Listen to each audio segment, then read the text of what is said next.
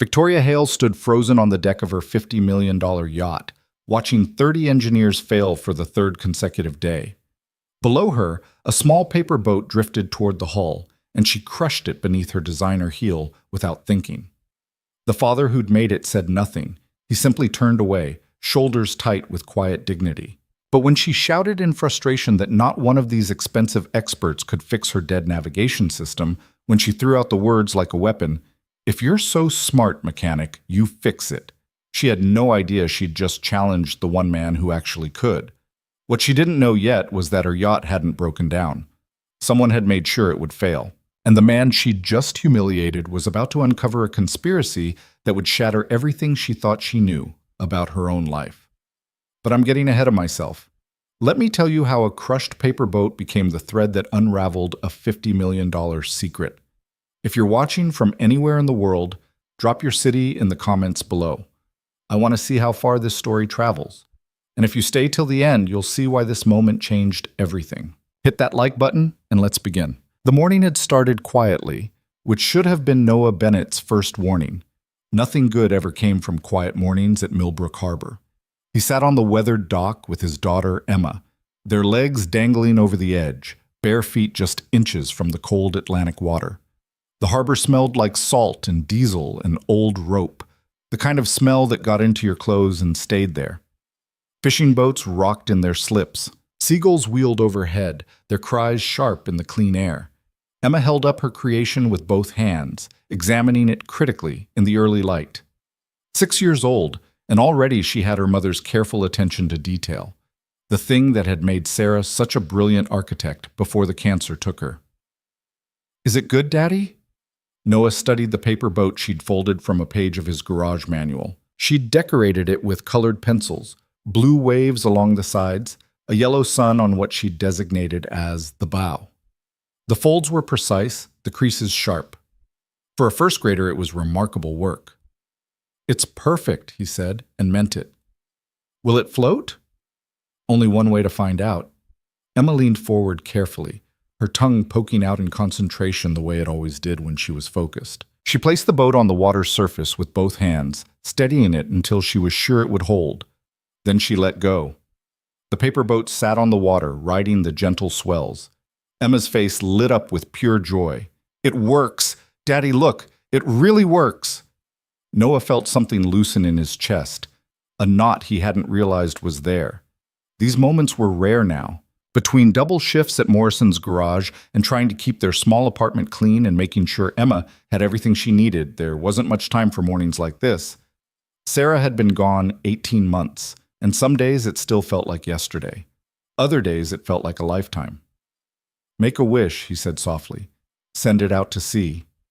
Emma closed her eyes tight, her small face scrunched with the seriousness of 6-year-old wishes.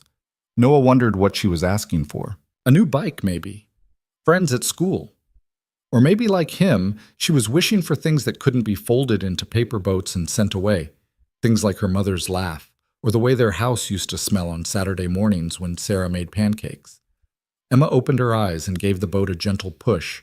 It drifted away from the dock, spinning slowly in the current. They watched it bob and weave, catching the breeze. "Where will it go?" Emma asked. "Wherever the water takes it. Maybe all the way to Ireland or Portugal. That's the thing about the ocean, Em.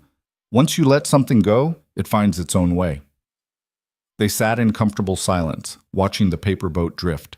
Noah's phone buzzed in his pocket, probably Morrison texting about the transmission job he was supposed to finish today, but he ignored it. This mattered more. Emma mattered more. Everything else could wait. The boat had drifted about 30 feet out when the current caught it differently, pulling it toward the far end of the marina where the big vessels docked. The pleasure boats.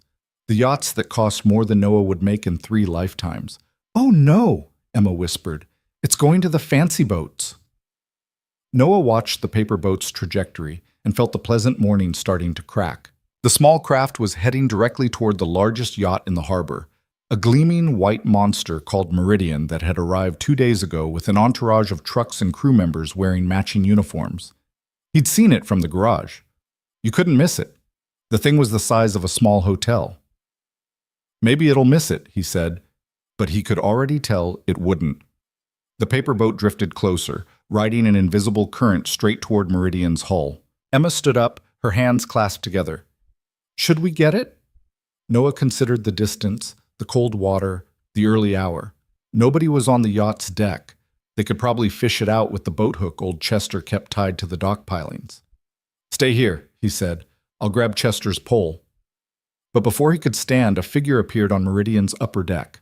A woman, dressed in what looked like expensive athletic wear, the kind of clothes that cost more than his monthly rent. She had dark hair pulled back severely, and even from this distance, Noah could see the phone pressed to her ear, the sharp gestures that suggested an argument.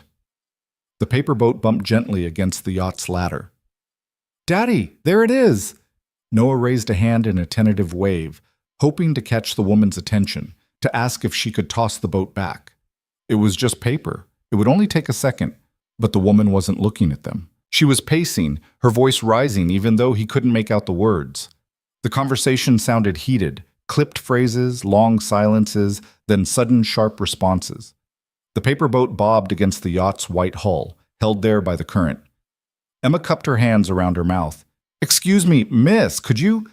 The woman's head snapped toward them. For a moment, Noah thought it would be fine. She'd seen them. She'd help. Then her expression changed. Even across the water, he could read the irritation, the dismissive coldness. She ended her phone call with a jab of her finger and walked to the railing, looking down at where their paper boat floated. Miss, that's my... Emma started. The woman descended the exterior stairs with sharp, precise movements. She reached the lower deck where the boat bobbed innocently against the ladder. Without hesitation, without even really looking at it, she lifted one designer shoe-clad foot and brought it down hard on the paper boat. The small craft crumpled instantly, crushed between her heel and the teak deck. Emma's gasp was audible, even across the water. Noah felt something ignite in his chest, a hot spike of anger he hadn't felt in months. He started to stand, started to say something, but Emma's hand caught his arm. Daddy, don't! He looked at his daughter. Her eyes were bright with tears, but her jaw was set. Sarah's jaw, he thought, Sarah's strength. The woman on the yacht kicked the crumpled paper into the water without a glance and turned away, already pulling her phone back out. She climbed back up to the main deck like nothing had happened, like she hadn't just destroyed something a little girl had made, like casual cruelty was just part of her morning routine. The wet paper sank slowly, the colored pencil waves bleeding blue into the harbor water. I'm sorry, Em. Noah's voice was rougher than he intended. Some people just... they don't think. She didn't even look at it, Emma said quietly. She didn't even see it was a boat. No, she didn't. They sat in silence, the pleasant morning completely shattered. Noah wanted to do something, yell, storm over there, demand an apology, but what good would it do? People like that didn't apologize. They didn't even notice when they hurt you. The world was full of Victoria Hales, people for whom other people were just obstacles or inconveniences, things to step on or step over on the way to whatever actually mattered. His phone buzzed again. This time he checked it. Morrison, where are you? The Hendersons are here for their car. Noah closed his eyes. Right, the real world. The one where he had to work double shifts to keep the lights on. Where taking an hour on a Saturday morning with his daughter was a luxury he couldn't really afford. Come on, Em, we should get you breakfast. Can we make another boat? Something in her voice, the hope, the resilience, made his throat tight. Yeah, we can make another boat. A better one.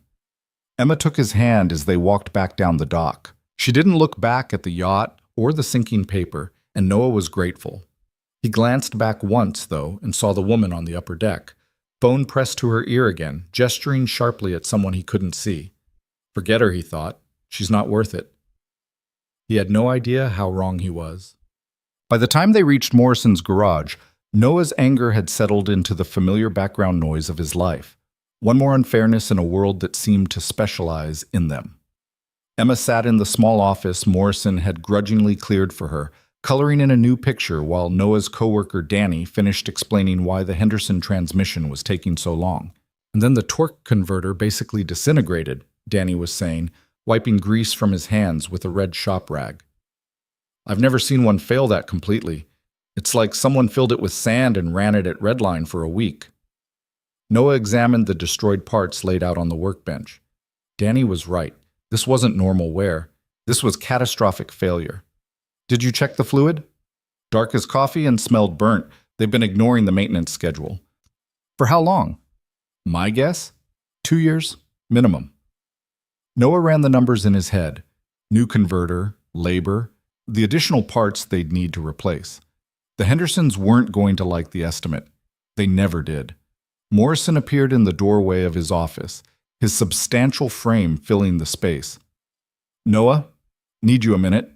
The tone made Noah's shoulders tighten. He followed Morrison into the cluttered office, past filing cabinets overflowing with invoices and walls covered in calendars from parts suppliers. Morrison shut the door and sat behind his desk with a heavy sigh. He was a good man, fundamentally. He'd given Noah flexible hours after Sarah died, let him bring Emma to work when childcare fell through. But he was also a businessman trying to keep a struggling garage afloat, and that meant hard conversations. I need to talk to you about your hours, Morrison said. Noah remained standing. What about them? You've been cutting out early. Tuesday, you left at 3. Wednesday, you didn't come in till noon. Thursday. Emma was sick, Noah said evenly. I told you that. I know, and I'm sympathetic, Noah, I really am, but I got a business to run, and I can't have my best mechanic working part-time hours.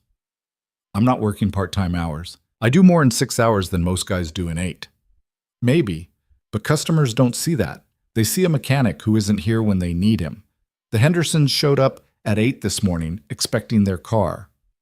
Where were you? At the dock with my daughter, for 1 hour. Morrison spread his hands. Look, I get it. You're a single dad, that's hard. But I got 3 other mechanics who show up on time, stay late when we need them, don't bring their kids to work. You understand what I'm saying? Noah understood perfectly. He was replaceable, easily replaceable. There were 100 mechanics who could do what he did, and none of them would need Saturday mornings off or emergency childcare arrangements. What do you want me to do? He asked quietly. I need you here, full-time, reliable, or I need to find someone who can be. The words hung in the air. Not quite a threat, not quite an ultimatum, but close enough. I'll figure it out, Noah said. You got till Monday to figure it out, because starting Monday, I need a full-time mechanic in that bay, or I need to start interviewing. Noah nodded once and left the office. His hands were shaking, anger, fear, frustration all mixed together. He needed this job. Emma needed this job. But how was he supposed to be in 2 places at once? Danny looked up from the Hendersons' transmission. Everything okay? Fine, Noah lied. What's next? We got that brake job on the Civic, and then there's a weird electrical problem with the Tesla that's been stumping me. Owner says the charging system keeps... A commotion outside cut him off. Raised voices, the sound of multiple vehicles. Noah walked to the garage bay entrance and looked out at the street. 3 white vans had pulled up outside, their sides emblazoned with a logo Noah didn't recognize, some kind of tech company. Men in matching polo shirts were unloading equipment, moving with the coordinated efficiency of a professional crew. And in the center of it all, directing them with sharp gestures and a phone pressed to her ear, was the woman from the yacht. Victoria Hale. Noah felt his jaw tighten. Of course. Of course she'd show up here, in his world, bringing her problems and her money and her casual cruelty. Danny whistled low. That's the Meridian owner. Heard she's been trying to get her yacht fixed for 3 days now. System failure, navigation, communications, everything. Not our problem, Noah muttered. But even as he said it, he watched the scene unfold. The crews moved around Victoria like planets around a sun, everybody orbiting her, nobody quite meeting her eyes. She ended one call and immediately started another, her voice carrying across the parking lot. Don't care what the diagnostic says, Richard. It's not working. Yes, I understand it's a complex system. That's why I'm paying you. No, actually, I'm paying 30 of you, and not one of you has... She paused, listening, and Noah saw her entire body go rigid. What do you mean you're done? You haven't fixed anything. Hello? Hello? She looked at her phone with an expression of pure fury, then turned to the nearest tech in a polo shirt. Is Fisher giving up? The tech looked like he wanted to be anywhere else. He said the problem is beyond the scope of his expertise. He's recommending we contact the manufacturer directly, and the manufacturer is in Germany. The part would take 6 weeks to ship. I have a meeting in Monaco in 4 days that cannot be rescheduled. I understand, Ms. Hale, but if we can't identify the specific failure point, then find it. Her voice cracked like a whip. I am not paying you to tell me what you can't do. Figure it out or get someone who can. The tech retreated.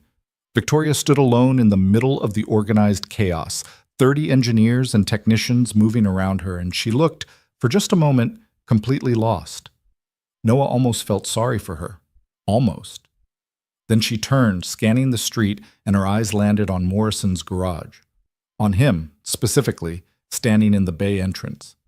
Their eyes met across the parking lot, and he saw recognition flicker across her face. The man from the dock, the one with the paper boat. Her expression hardened. She started walking toward the garage with long, decisive strides. "Oh, this should be good," Danny muttered. Victoria Hale stopped just outside the bay, taking in the oil-stained concrete, the scattered tools, the ancient equipment. Noah could see her cataloging it all, judging it, finding it wanting. "You're a mechanic," she said. Not a question, a statement, faintly accusatory. "That's what the sign says." "Do you work on marine systems?" "Sometimes. Depends on the system." She studied him for a long moment, and Noah had the uncomfortable sensation of being evaluated and dismissed simultaneously. Then she glanced back at the vans, at the crew of expensive technicians who had failed to solve her problem. When she looked back at Noah, there was something new in her expression, something sharp and calculating. "My yacht's navigation system is completely dead," she said. 30 engineers have been trying to fix it for 3 days. Not one of them has managed to identify the actual problem. Sounds expensive. Extremely, which is why I'm running out of patience. She paused, and Noah could see her weighing her next words. "You said you work on marine systems sometimes. How sometimes?" "I worked on fishing boats for 2 years before I came here. Nothing as fancy as what you've got, but the principles are the same. Electrical is electrical." "Could you take a look at it?" The question surprised him. Danny's eyebrows shot up. Even Morrison, who'd emerged from his office, looked startled. Noah crossed his arms. "Your 30 engineers couldn't fix it. What makes you think I could?" "Honestly?" Victoria's smile was cold. "I don't. But at this point, I'm willing to try anything, including the local garage mechanic who apparently spends his mornings making paper boats." The words were designed to cut, and they did. Noah felt heat rise in his face. "That paper boat was my daughter's," he said quietly. "She made it herself. And you crushed it without even looking." Victoria blinked, thrown off balance for the first time. "What?" "This morning, at the dock, you crushed a little girl's paper boat under your shoe and kicked it into the water like it was trash." He saw the moment register, the brief flash of memory, the realization. Her expression flickered, something that might have been embarrassment or regret, but it was gone in a second, replaced by cool composure. "I was on an important call. I didn't realize—" She stopped herself. "Look, I apologize if I offended your daughter, but right now I have a $50 million yacht that won't start, and I'm desperate enough to ask anyone who might actually be able to help. Can you look at it or not?" Morrison stepped forward. "Noah's got a full schedule today. Henderson transmission, the brake job, that Tesla. I'll pay triple your daily rate," Victoria said, not looking at Morrison, her eyes fixed on Noah. "Cash. Today. Just to look at it. If you can't figure it out, you still get paid for your time." Noah did the math instantly. Triple his daily rate would cover Emma's childcare for a month. Maybe 2 months if he was careful. But taking the job meant leaving Morrison's garage for the day. Meant giving Morrison another reason to replace him. Meant gambling his job security on the off chance he could solve a problem that 30 specialized engineers couldn't. "Noah," Morrison said, a warning in his voice. Noah looked at Emma through the office window. She was still coloring, oblivious to the conversation, creating whole worlds with cheap-colored pencils and printer paper. He looked at Victoria Hale standing in her designer clothes with her designer problems, offering him more money than he'd see in a week of honest work. And he thought about that crushed paper boat sinking into the harbor. "I'll do it," he said. "On one condition."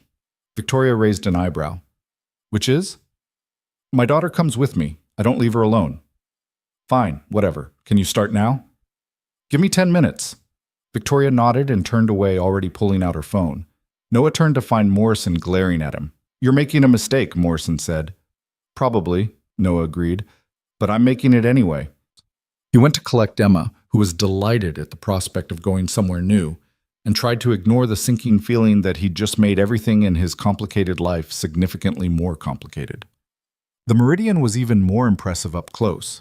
3 decks of gleaming white fiberglass and chrome, with windows that probably cost more than Noah's car. The main deck alone was the size of his apartment, maybe bigger. Emma held his hand tight as they climbed the gangway, her eyes wide. This is a boat? She whispered. Technically, it's a yacht. What's the difference? About $50 million. Victoria was waiting on the main deck, surrounded by 3 technicians who were showing her tablet screens full of diagnostic data. She waved them away impatiently when Noah and Emma approached. Finally, the navigation center is this way. She led them through a luxurious salon, white leather furniture, abstract art on the walls, floors that looked like marble, and down a spiral staircase to a lower deck. Was a small room dominated by screens, and instruments, all of them dark and lifeless. Noah recognized some of the equipment: radar displays, chart plotters, communication arrays. The rest was beyond anything he'd worked on, complex integrated systems that probably required specialized training. Everything went dead 3 days ago, Victoria said. Not just offline, completely dead. No power, no diagnostics, nothing. It's like the entire system just disappeared. Noah set down his tool bag and started examining the setup. Emma settled into a corner with her coloring book, quiet as always. She'd learned early to be invisible in adult spaces, to not cause problems. It broke his heart a little every time. Have they checked the power supply? He asked. First thing, power's fine. They replaced the main circuit breakers, tested every connection, traced every line. There's power going to the systems, but nothing's responding. Did they check the communications between components? They've checked everything, replaced half the components, run every diagnostic in the manual. Nothing works. Noah pulled up the system architecture on one of the dead displays using a backup power terminal. The screen flickered to life, showing a complex web of interconnected systems. Navigation, communication, radar, chart plotting, all of it linked through a central processor. This is a distributed system, he said, more to himself than to Victoria. Each component talks to the others, shares data, coordinates. If one part fails, the whole system fails, yes. They explain that, which is why they've been replacing components for 3 days. Noah studied the schematic, tracing the connections with his finger. Something about it bothered him. The architecture was elegant, almost beautiful in its complexity, but there was something wrong with it, something that didn't quite fit. Where's the central processor? He asked. Victoria pointed to a sealed unit built into the console. There. They replaced it yesterday. No change. And the backup? Replaced that too. Noah knelt down and examined the unit more closely. The connections were clean, professional. The seals were intact. Everything looked perfect. Too perfect. He pulled out his multimeter and started testing voltages at different points in the system. Victoria watched him work, her arms crossed, her expression skeptical. What are you looking for? Not sure yet. Something's off. The engineers said the same thing, right before they gave up. Noah ignored her and kept testing. The voltages were good, clean power throughout the system. The connections were solid. The components were all functioning individually, but the system as a whole was dead. It didn't make sense. Emma's voice broke the silence. Daddy, why are there so many wires? He glanced over at her. She'd abandoned her coloring and was studying the open panel where he was working, her small face serious. It's like a big puzzle, Em. All these wires have to connect in exactly the right way, or nothing works. Like Legos. Kind of like Legos, yeah. Victoria's phone rang. She answered it, listened for a moment, then stepped out of the navigation center. Through the doorway, Noah could hear her voice rising. Don't care about the contract terms, Marcus. I care about results. 3 days. 3 days of nothing but excuses and... The door closed, cutting off the rest. Emma came closer, peering into the open panel. Is it broken? Something's wrong with it. I just need to figure out what. He went back to testing. moving methodically through the system. And slowly, as he worked, a picture started to form in his mind. The components were fine. The power was fine. The connections were fine. But something was interrupting the signals between them, preventing them from communicating. A jammer, maybe, or some kind of interference. But who would install a jammer on a yacht's navigation system? And why? Noah sat back on his heels thinking. Victoria's words echoed in his head. 3 days of nothing but excuses. 3 days was a long time for a system to be down. Long enough to miss important meetings. Long enough to cause serious problems for someone who clearly lived by her schedule. Long enough to be deliberate. He started examining the system again, but this time he wasn't looking at the components or the connections. He was looking for anything that didn't belong, anything that shouldn't be there. It took him 2 hours of careful searching, with Emma eventually falling asleep in the corner and Victoria checking in every 20 minutes with increasing impatience. But finally, buried behind a cable bundle in a location no diagnostic check would normally reach, he found it. A small device, no bigger than a USB drive, tucked into the wiring harness and connected to the communication bus. Noah carefully disconnected it and held it up to the light. It was professionally made, well-concealed, and absolutely not part of the yacht's original equipment. Someone had deliberately sabotaged the Meridian. He stood up, cradling the device in his hand, and went to find Victoria Hale. She was on the main deck arguing with someone over the phone. When she saw his expression, she ended the call. "What is it? Did you find something?" Noah held up the device. "This was plugged into your navigation system's communication bus. It's basically a signal jammer, prevents the components from talking to each other." Victoria stared at it. "That's what's been causing the failure?" "That's exactly what's been causing it. Remove this and everything should come back online." "But how did it get there? Who put it there?" "I don't know, but whoever installed it knew exactly what they were doing. This wasn't an accident or a malfunction. Someone wanted your navigation system to fail." The color drained from Victoria's face. For a moment she just stood there, staring at the small device in Noah's palm. Then she took it from him, turning it over in her hands. "Show me," she said quietly. "Show me where it was." They went back down to the navigation center. Emma was still asleep in the corner, and Noah was careful to keep his voice low as he showed Victoria the exact location where he'd found the jammer. It was hidden here behind the cable bundle. You'd never see it during a normal inspection. The only way to find it was to trace the entire communication pathway manually, which your 30 engineers didn't do. They were looking for component failures, broken parts. They weren't looking for sabotage. Victoria was quiet for a long moment, staring at the empty space where the jammer had been hidden. Then she pulled out her phone and made a call. "Richard, it's Victoria. I need you to come back to the yacht immediately." "No, it's not fixed yet, because there's something I need to show you. Just get here. Now." She ended the call and looked at Noah. "Will the system work now?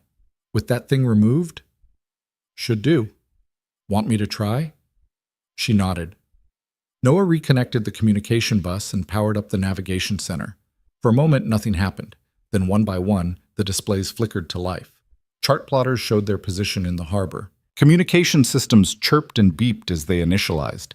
Radar displays swept outward, painting a picture of the surrounding waters. The entire navigation center came back online as if it had never been dead at all. Victoria stared at the active displays, her expression unreadable. Then she turned to Noah. "How much do I owe you?" "We agreed on triple my daily rate. Call it $600. "That's nowhere near enough for what you just did." She pulled out her phone and made a transfer. Noah's phone buzzed a moment later with a notification. He checked it and nearly dropped the device. $5,000. "That's too much," he said automatically. "No, it's not. You solved in 2 hours what 30 engineers couldn't solve in 3 days. You found evidence of sabotage that could have gotten me killed if I'd taken this yacht out to sea. 5,000 is the bare minimum you should accept." Noah wanted to argue, but the number on his phone was more money than he'd see in 2 months at Morrison's. Money that could cover Emma's childcare, the overdue electric bill, the car repair he'd been putting off. "Thank you," he said quietly. Victoria nodded. Then she looked at the sleeping Emma in the corner, and something in her expression softened slightly. "Your daughter's been very patient." She's used to waiting around while I work. How old is she? 6. And her mother? Noah hesitated. He didn't talk about Sarah with strangers, but something about the direct question, the genuine curiosity in Victoria's voice, made him answer honestly. She passed away 18 months ago. I'm sorry, Victoria paused. For your loss and for this morning, the paper boat. I really didn't see it. That doesn't excuse it, but I should have been paying attention. It was the most genuine thing she'd said since they'd met. Noah nodded acknowledgement. We should go. She'll wake up soon and she'll want lunch. Wait. Victoria looked at the navigation center, then back at Noah. I need someone I can trust to maintain this yacht. Someone who actually knows what they're doing. Would you be interested in the position? Noah blinked. What? It would be contract work, flexible schedule, better pay than what you're making at the garage. And based on what I just saw, you're more than qualified.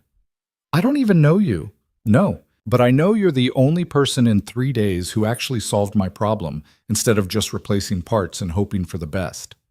That counts for something. Noah thought about Morrison's ultimatum. The choice between being a full-time mechanic or finding a new job.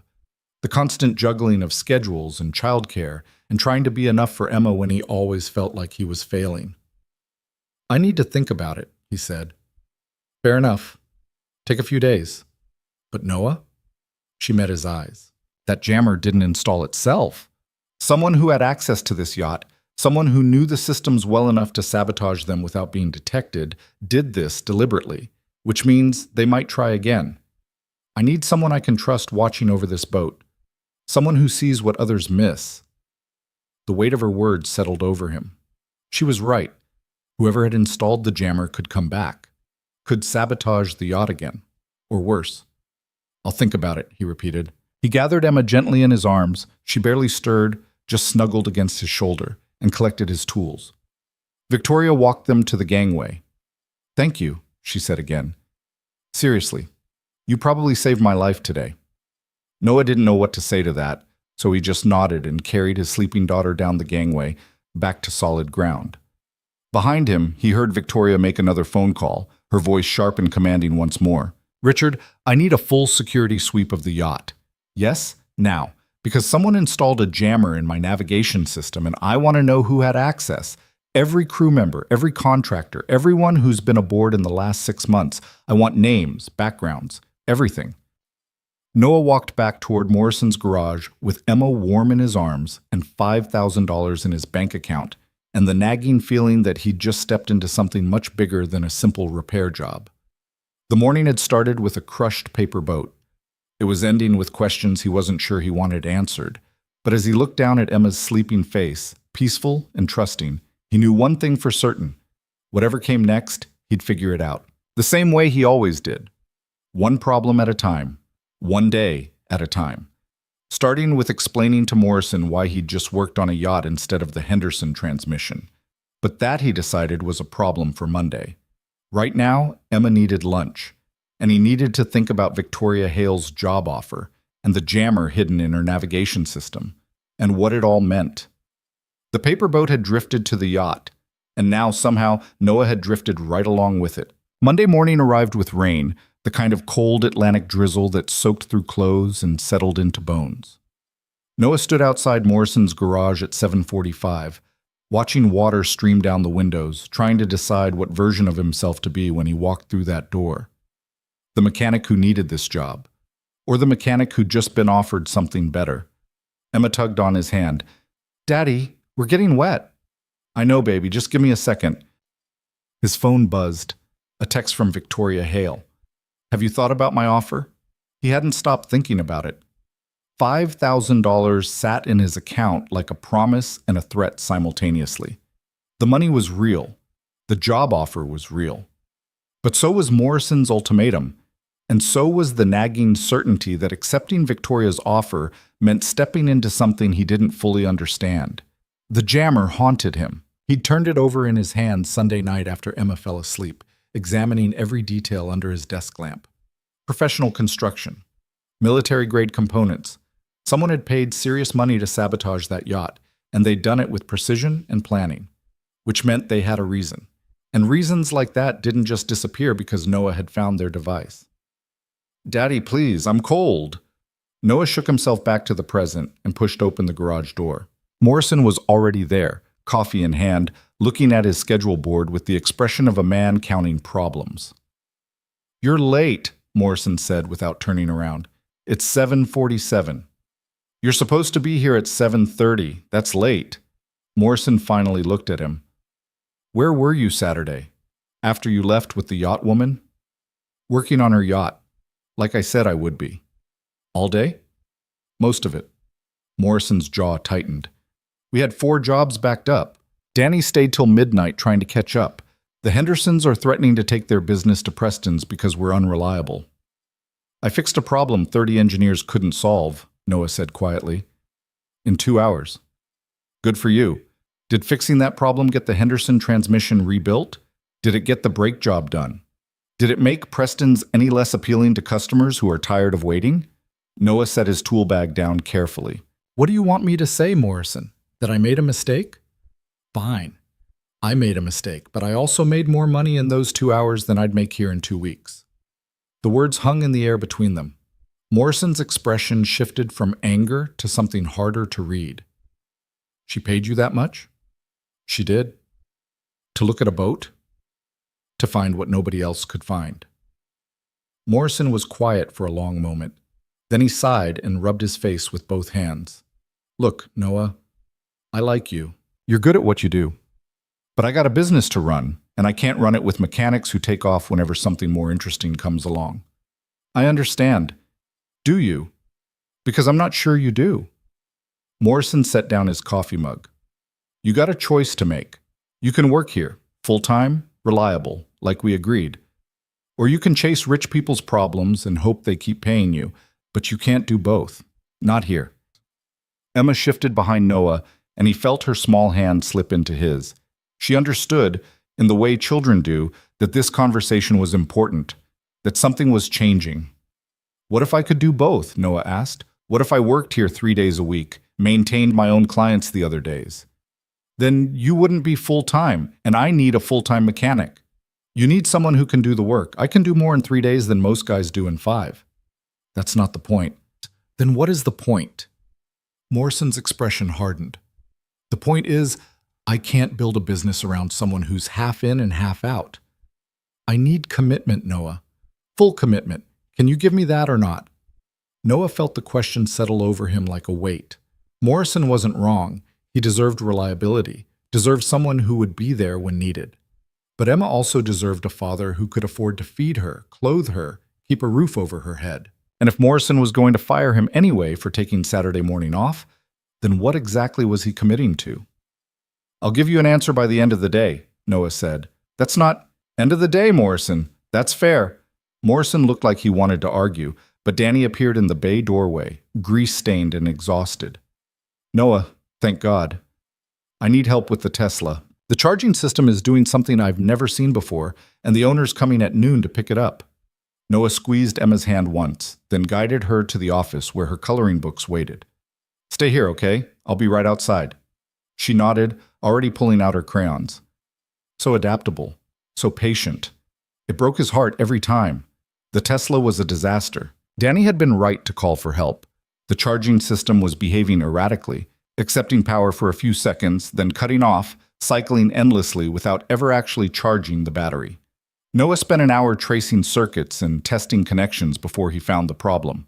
A software glitch in the battery management system that was misreading the charge state and shutting down the process prematurely. How do we fix it? Danny asked. Need to reset the battery management computer, force it to recalibrate. I tried that, didn't work. You did a soft reset. This needs a hard reset. Physically disconnect the battery, drain the capacitors, then reconnect everything and let it rebuild its parameters from scratch. Danny whistled. That's going to take hours. Probably. But it's the only way to clear the corrupted data. They were halfway through the battery disconnect when Noah's phone rang. Victoria Hale. He almost didn't answer, but something made him step away from the Tesla and take the call. Noah Bennett. Noah, it's Victoria. I need you at the yacht. Now. The urgency in her voice made his pulse quicken. What happened? Someone tried to access the navigation center last night. The security company caught them on camera, but they got away before anyone could stop them. I need you to check if they managed to install anything else. Call the police. I did. They're here now. But they don't know the systems like you do. Please, I know it's a lot to ask, but I'm at work. I can't just leave. I'll pay you $10,000 for the day. And if you find anything else, we'll discuss a permanent arrangement. Noah closed his eyes. $10,000. 2 months' rent. 3 months of childcare. Emma's winter clothes, which she'd grown out of. The dental work he'd been putting off. Give me an hour, he said. Thank you. Seriously, thank you. He ended the call and turned to find Morrison standing in the bay entrance, arms crossed. Let me guess, Morrison said. The yacht lady needs you again. Someone tried to break in. She needs me to check the systems. And you're going. She's paying me $10,000 for the day. Morrison's expression didn't change. Then I guess you've made your choice. Morrison, no, it's fine. It's clear where your priorities are. Finish the Tesla with Danny, then take your tools and go. I'll mail you a check for the week. The words hit harder than Noah expected. You're firing me? You're firing yourself. You just don't want to admit it. Morrison turned and walked back to his office, and Noah stood there in the middle of the bay, feeling like the floor had just dropped out from under him. Danny appeared at his elbow.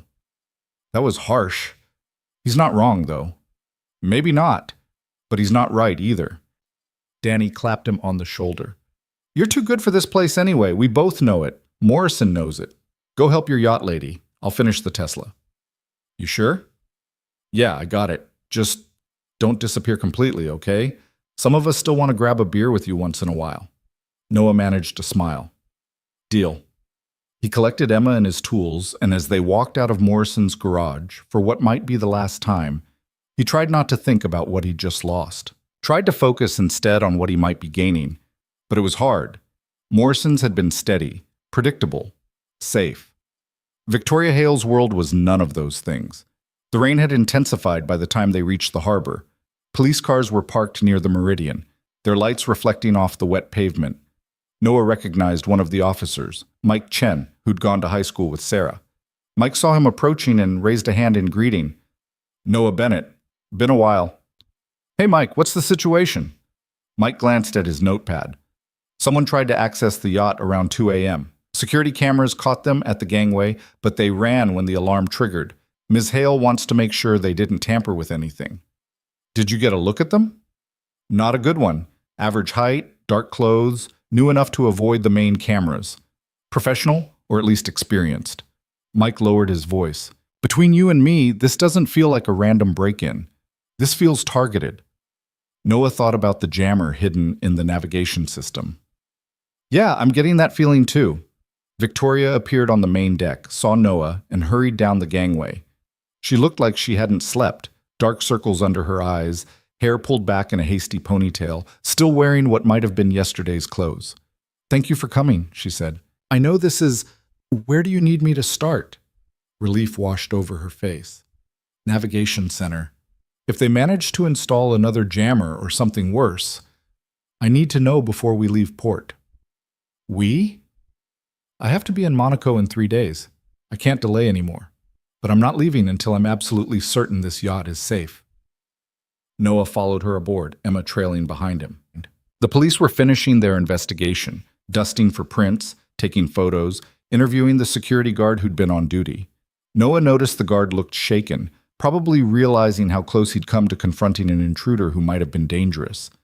The navigation center looked undisturbed, but Noah had learned that appearances meant nothing. He set Emma up in the same corner as before with her coloring books, and went to work, methodically checking every connection, every component, every cable bundle. Victoria watched from the doorway, her phone silent for once. How long will this take? Depends on what I find. Could be an hour, could be 6. I'll stay. You don't have to. Yes, I do. She leaned against the doorframe. Can I ask you something? Sure. How did you know where to look? For the jammer, I mean. 30 engineers checked this system, and not one of them found it. Noah paused in his work. They were looking for what was broken. I was looking for what shouldn't be there. Different approach. That's it?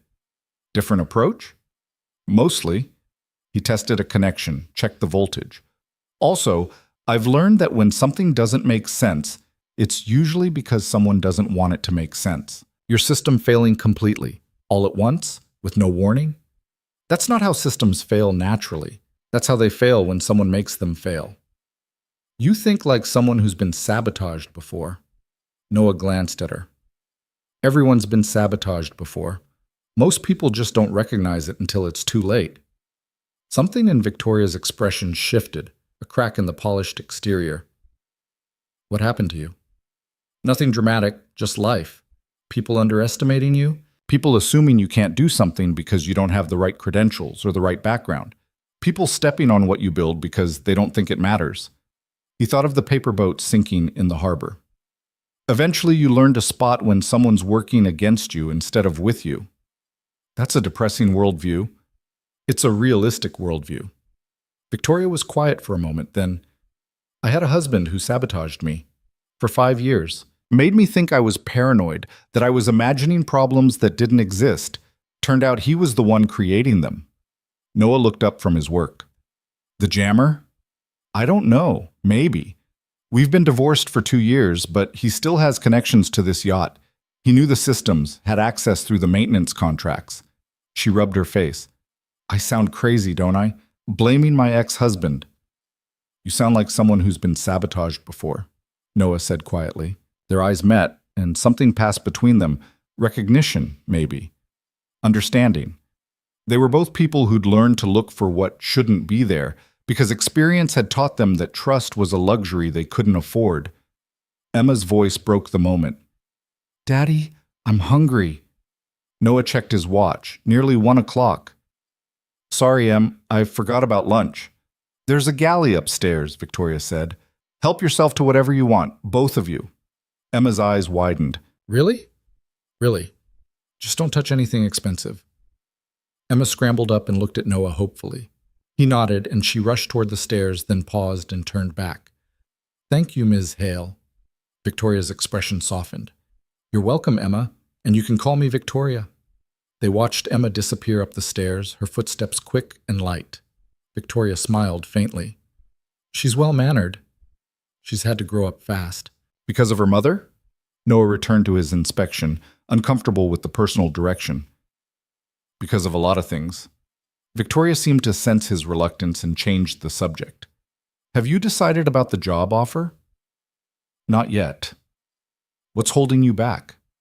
Honestly, I don't know you. I don't know why someone's sabotaging your yacht. I don't know what I'm getting into. Fair points, Victoria crossed her arms. So ask me, whatever you want to know. Noah sat back on his heels, considering.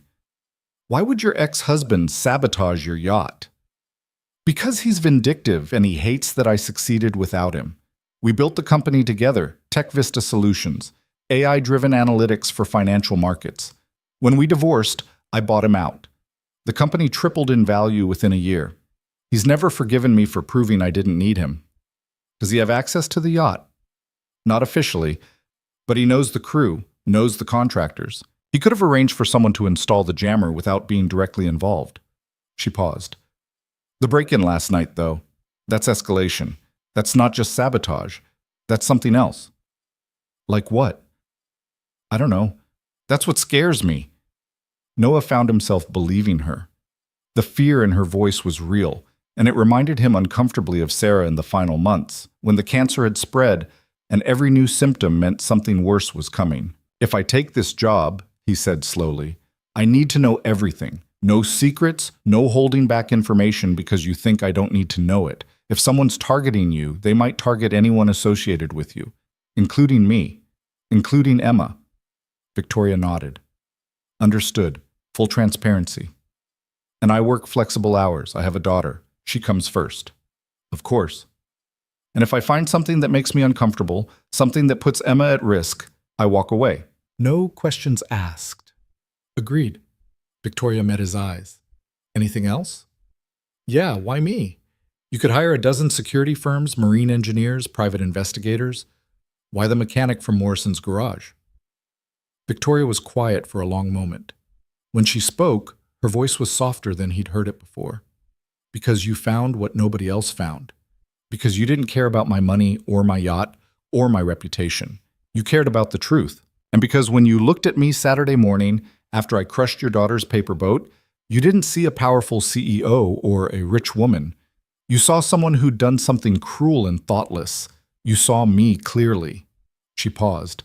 I need people around me who see clearly. I've had too many people who only see what I pay them to see. Noah understood that.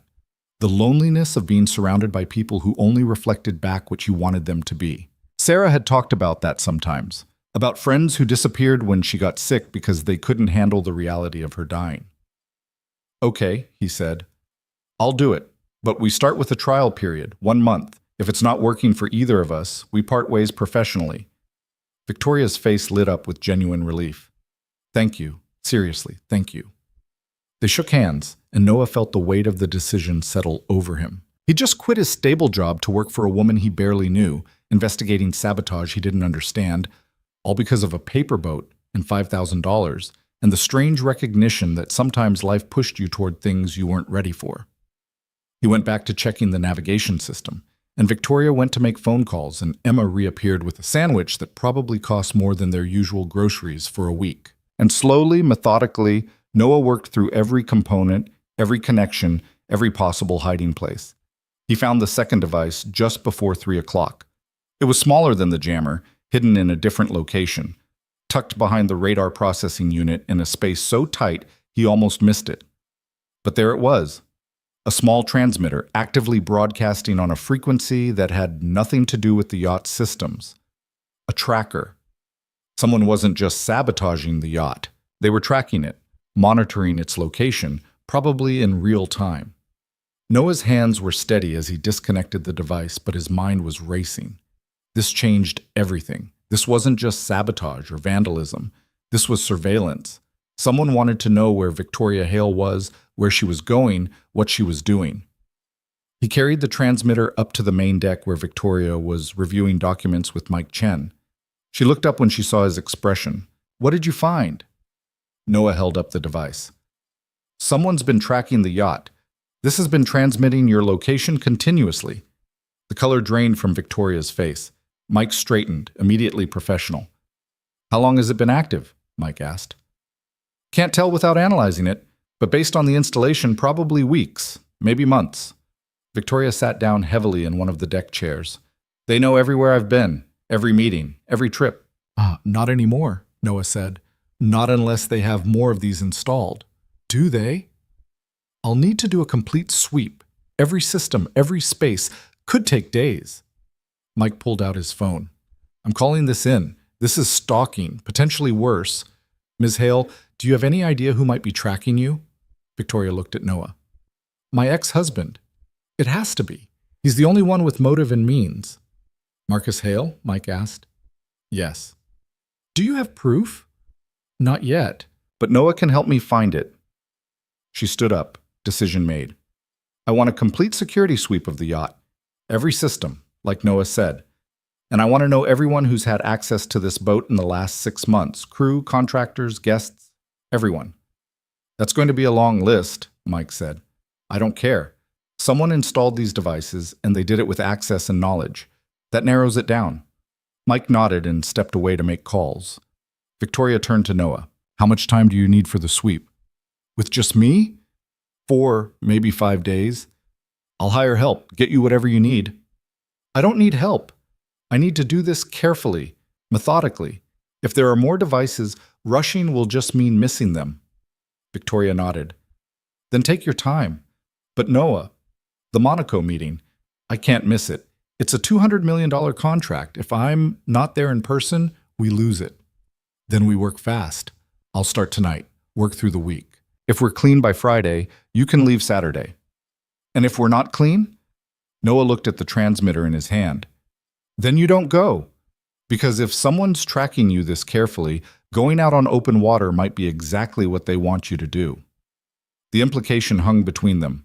Victoria wrapped her arms around herself, suddenly looking vulnerable in a way that had nothing to do with money or power. I built this company from nothing, she said quietly. Worked 80-hour weeks, sacrificed everything, and now someone's trying to take it away by making me afraid to leave the harbor. Then we make sure you can leave safely, Noah said. That's what you hired me for. Victoria met his eyes and nodded. Okay, do what you need to do. I'll clear my schedule for the week. Whatever you need, you get it. Noah spent the next 4 hours doing a preliminary sweep of the main systems, finding nothing else. Emma eventually fell asleep in the salon, curled up on a leather couch that probably cost more than their car. Victoria worked nearby, making calls and sending emails, occasionally glancing over to check on the sleeping child. Around 7, Noah found her in the galley, staring at a cup of coffee she hadn't touched. I should get Emma home, he said. She needs dinner and a real bed. Of course. Thank you for today, for all of this. Victoria hesitated. Noah, I know this is a lot, more than you signed up for. If you want to back out, I don't back out once I commit, Noah said, but I need you to be straight with me. Is there anything else you haven't told me? Anything else I should know about your ex-husband or who might be targeting you? Victoria was quiet for a long moment. Then she set down her coffee cup and looked at him directly. Marcus didn't just want to hurt me financially. He wanted to control me. Our entire marriage, he made decisions about my life, my career, my friendships. When I finally left, he threatened me. Said I'd never be safe from him. That he'd always know where I was, what I was doing. She paused. I thought he was just being dramatic, vindictive, but maybe he wasn't. Has he contacted you recently? Not directly, but I've gotten strange messages, anonymous emails, gifts delivered to addresses only a few people know. Nothing provable, nothing I could take to the police. Just constant reminders that he's watching. Noah thought about the tracker, the jammer, the attempted break-in. This is more than harassment, Victoria. This is systematic stalking. You need to document everything. Get a restraining order. I have a restraining order. He ignores it, and every lawyer I talk to says the same thing. Unless he does something provably illegal, there's nothing they can do. Her voice cracked slightly.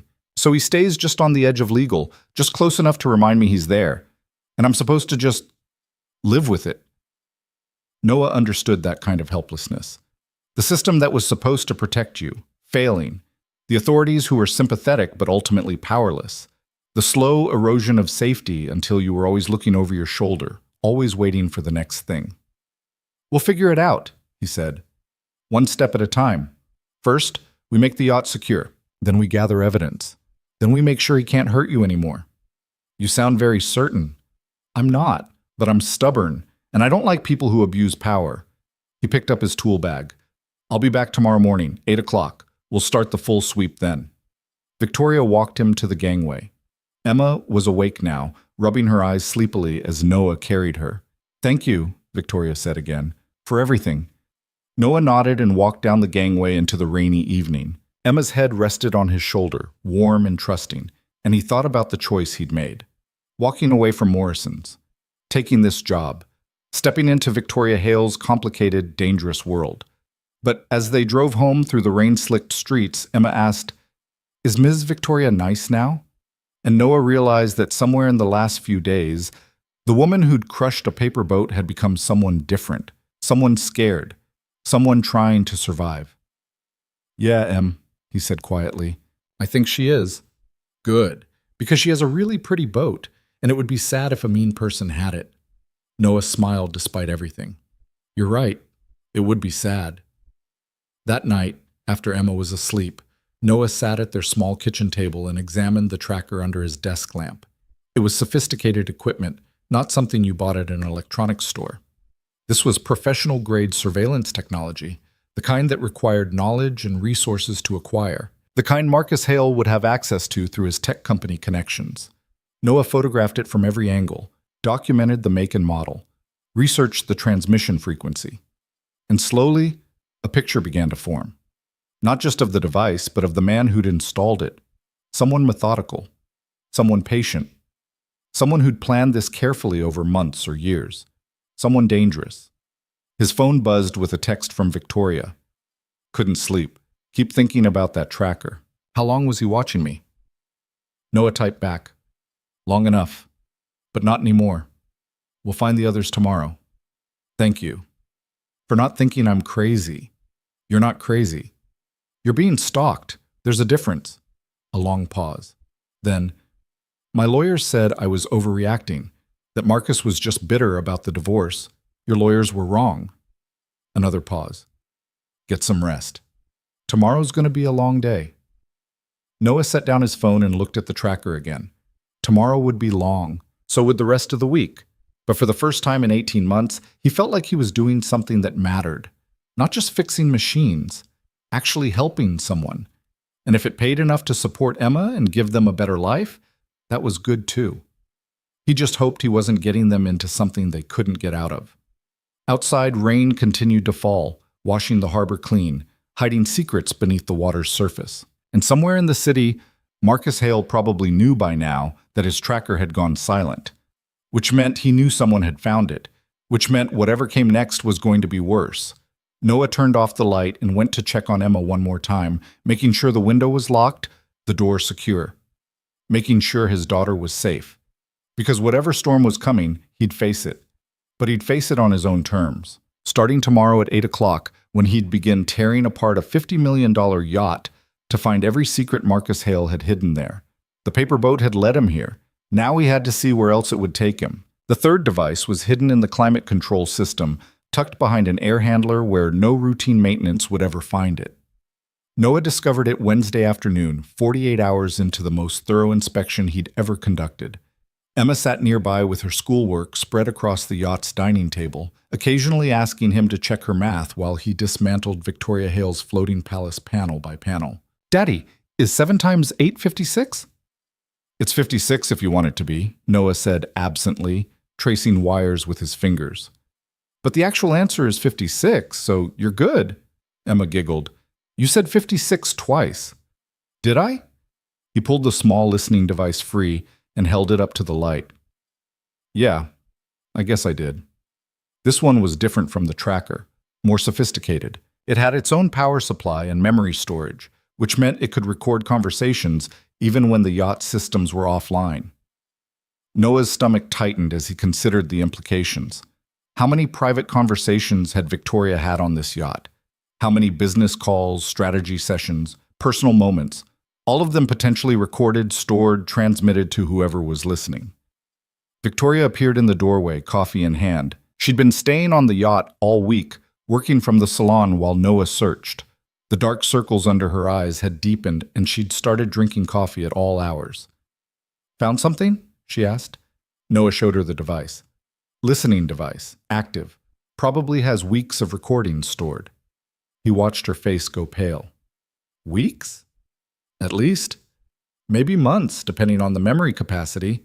Victoria set down her coffee cup carefully, like she was afraid her hands might shake. "Can you tell what it recorded?" "Not without the right equipment. But I can tell you it's been transmitting regularly. Whoever planted it has been getting regular updates." "Marcus." Her voice was flat. "It has to be Marcus." "Probably, but we need proof." "How do we get proof when he's careful enough to do all this without leaving fingerprints?" Victoria's composure was cracking, anger bleeding through. "3 devices, Noah. 3. How many more are there?" "I don't know yet. I'm only halfway through the yacht." Emma looked up from her homework, sensing the tension. "Is everything okay?" Noah forced a smile. "Everything's fine, Em. Just found another broken part." "How's your homework going?" "I'm done with math. Can I draw now?" "Sure. Use the good paper Victoria gave you." Emma pulled out the expensive sketch paper Victoria had bought her Monday morning, a peace offering after learning Emma loved to draw. The gesture had surprised Noah. Victoria Hale didn't seem like someone who noticed what children liked, but she'd returned from a brief outing with art supplies that cost more than Noah's weekly grocery budget. Victoria watched Emma settle into drawing, then gestured for Noah to follow her out to the deck. The afternoon sun was bright on the water, seagulls wheeling overhead. It was the kind of day that should have felt peaceful. "I can't live like this," Victoria said quietly, knowing he's been listening to everything, every call, every conversation, every private moment. "I know." "Do you? Because I feel like I'm losing my mind. I keep replaying conversations in my head, trying to remember what I said, what he might have heard. Business secrets, personal things, moments I thought were private." She pressed her palms against the railing. How long has he been doing this? Can't say for sure without analyzing all the devices, but based on the installation quality, this wasn't recent. This was planned months ago, maybe longer. Victoria turned to face him. You told me Monday we'd make the yacht secure. Can you still do that? Yes, but it's going to take longer than I thought. There could be a dozen more devices hidden throughout the yacht. Every system, every space needs to be checked. How much longer? Noah considered the remaining areas he needed to search. If I work straight through, maybe another 3 days. But that's if I don't find anything else that needs addressing. The Monaco meeting is Saturday. I need to leave Friday morning to make it on time. Then you're not leaving on this yacht. What? Victoria, think about it. Even if I clear every visible system, there could be devices I can't find, hidden in the hull, in sealed compartments, places that would require cutting the yacht apart to access. You take this boat out to sea with Marcus potentially still tracking you, and you're giving him exactly what he wants. Which is what? I don't know. But nothing about this says it stops at surveillance. The jammer could have left you stranded at sea. The break-in attempt suggests he's escalating. Taking this yacht to Monaco might be walking into whatever he has planned next. Victoria's phone buzzed. She glanced at it and Noah saw her expression change. It's my lawyer. I need to take this. She walked to the far end of the deck, and Noah heard fragments of conversation carried on the wind. Something about restraining orders and insufficient evidence and needing to document patterns of behavior. The same bureaucratic wall she'd been hitting for months. When she ended the call, she looked defeated. They can't do anything. Even with the devices we found, there's no direct proof Marcus installed them. Could have been anyone with access to the yacht. That's not true. The level of sophistication, the knowledge of your systems, the pattern of harassment, it all points to him. Points to yes, proves no, and without proof, the restraining order is just paper. She rubbed her face. I'm sorry. I know you're doing everything you can. I just feel so helpless. Noah understood that feeling intimately. He'd felt it watching Sarah deteriorate, unable to do anything but hold her hand and promise everything would be okay when they both knew it wouldn't. We'll figure it out, he said, but you need to postpone Monaco. I can't. The contract is worth less than your safety. You don't understand. This contract isn't just about money. It's about proving Tech Vista can compete internationally, that we're not just some regional player. If I don't show up, we lose credibility. Competitors will smell blood in the water. And if Marcus has something planned, if he's been tracking you to set up something worse? Victoria was quiet for a long moment, staring out at the harbor. What if I flew to Monaco instead? Left the yacht here? That works if the yacht is his only target, but if he's tracking you personally, changing transportation won't help. So what do I do? Hide? Let him control my life by making me afraid to go anywhere? Noah didn't have a good answer to that. The truth was, without law enforcement taking the threat seriously, without concrete evidence linking Marcus to the devices, Victoria's options were limited. She could run, or she could take precautions, or she could gamble that Marcus's endgame was just harassment and nothing worse. None of those options were good. Let me finish the sweep, Noah said finally. We document everything we find, build the strongest case possible. Then we take it back to the police, to your lawyers, and we make them listen. And if that doesn't work, then we get creative. Victoria looked at him sharply. What does that mean? It means I used to know people who specialized in finding things other people didn't want found. If Marcus installed these devices, there's a trail. Money, communications, technical expertise. Someone helped him. Someone we can trace. That sounds illegal. It's not. But it's not exactly by the book either. Victoria studied him. You're full of surprises, Noah Bennett. The garage mechanic who knows about surveillance technology and has connections to people who find things. Noah shrugged. I worked in some interesting places before Morrison's, picked up some skills along the way. Clearly, she paused. Okay, finish the sweep, document everything, and call your connections. Because if the legal system won't help me, I'm willing to try the less legal options. I didn't say less legal. I said not by the book. What's the difference? One gets you sued, the other gets you answers. Victoria almost smiled. I'll take the answers. Noah went back inside to continue his search, and Victoria returned to her laptop, making calls and rescheduling meetings. Emma looked up from her drawing. "Daddy, I made something for Ms. Victoria." She held up her sketch. It showed the yacht on calm water with sun and birds and waves drawn in careful detail. In the foreground, 3 stick figures stood on the deck: a tall woman, a man with dark hair, and a small girl holding their hands. Noah's throat tightened. "That's beautiful, Em. Do you think she'll like it?" "I think she'll love it." Emma carried her drawing to Victoria, who was in the middle of a tense phone conversation about Monaco logistics. But she paused when Emma approached, and her expression softened when she saw the picture. "You drew this for me?" Emma nodded shyly. "It's your boat, and that's you and Daddy and me." Victoria took the drawing with both hands, studying it carefully. "This is incredible, Emma. The detail, the perspective. How old are you again?" 6. 6? Wow. Victoria looked at Noah. "She's really talented."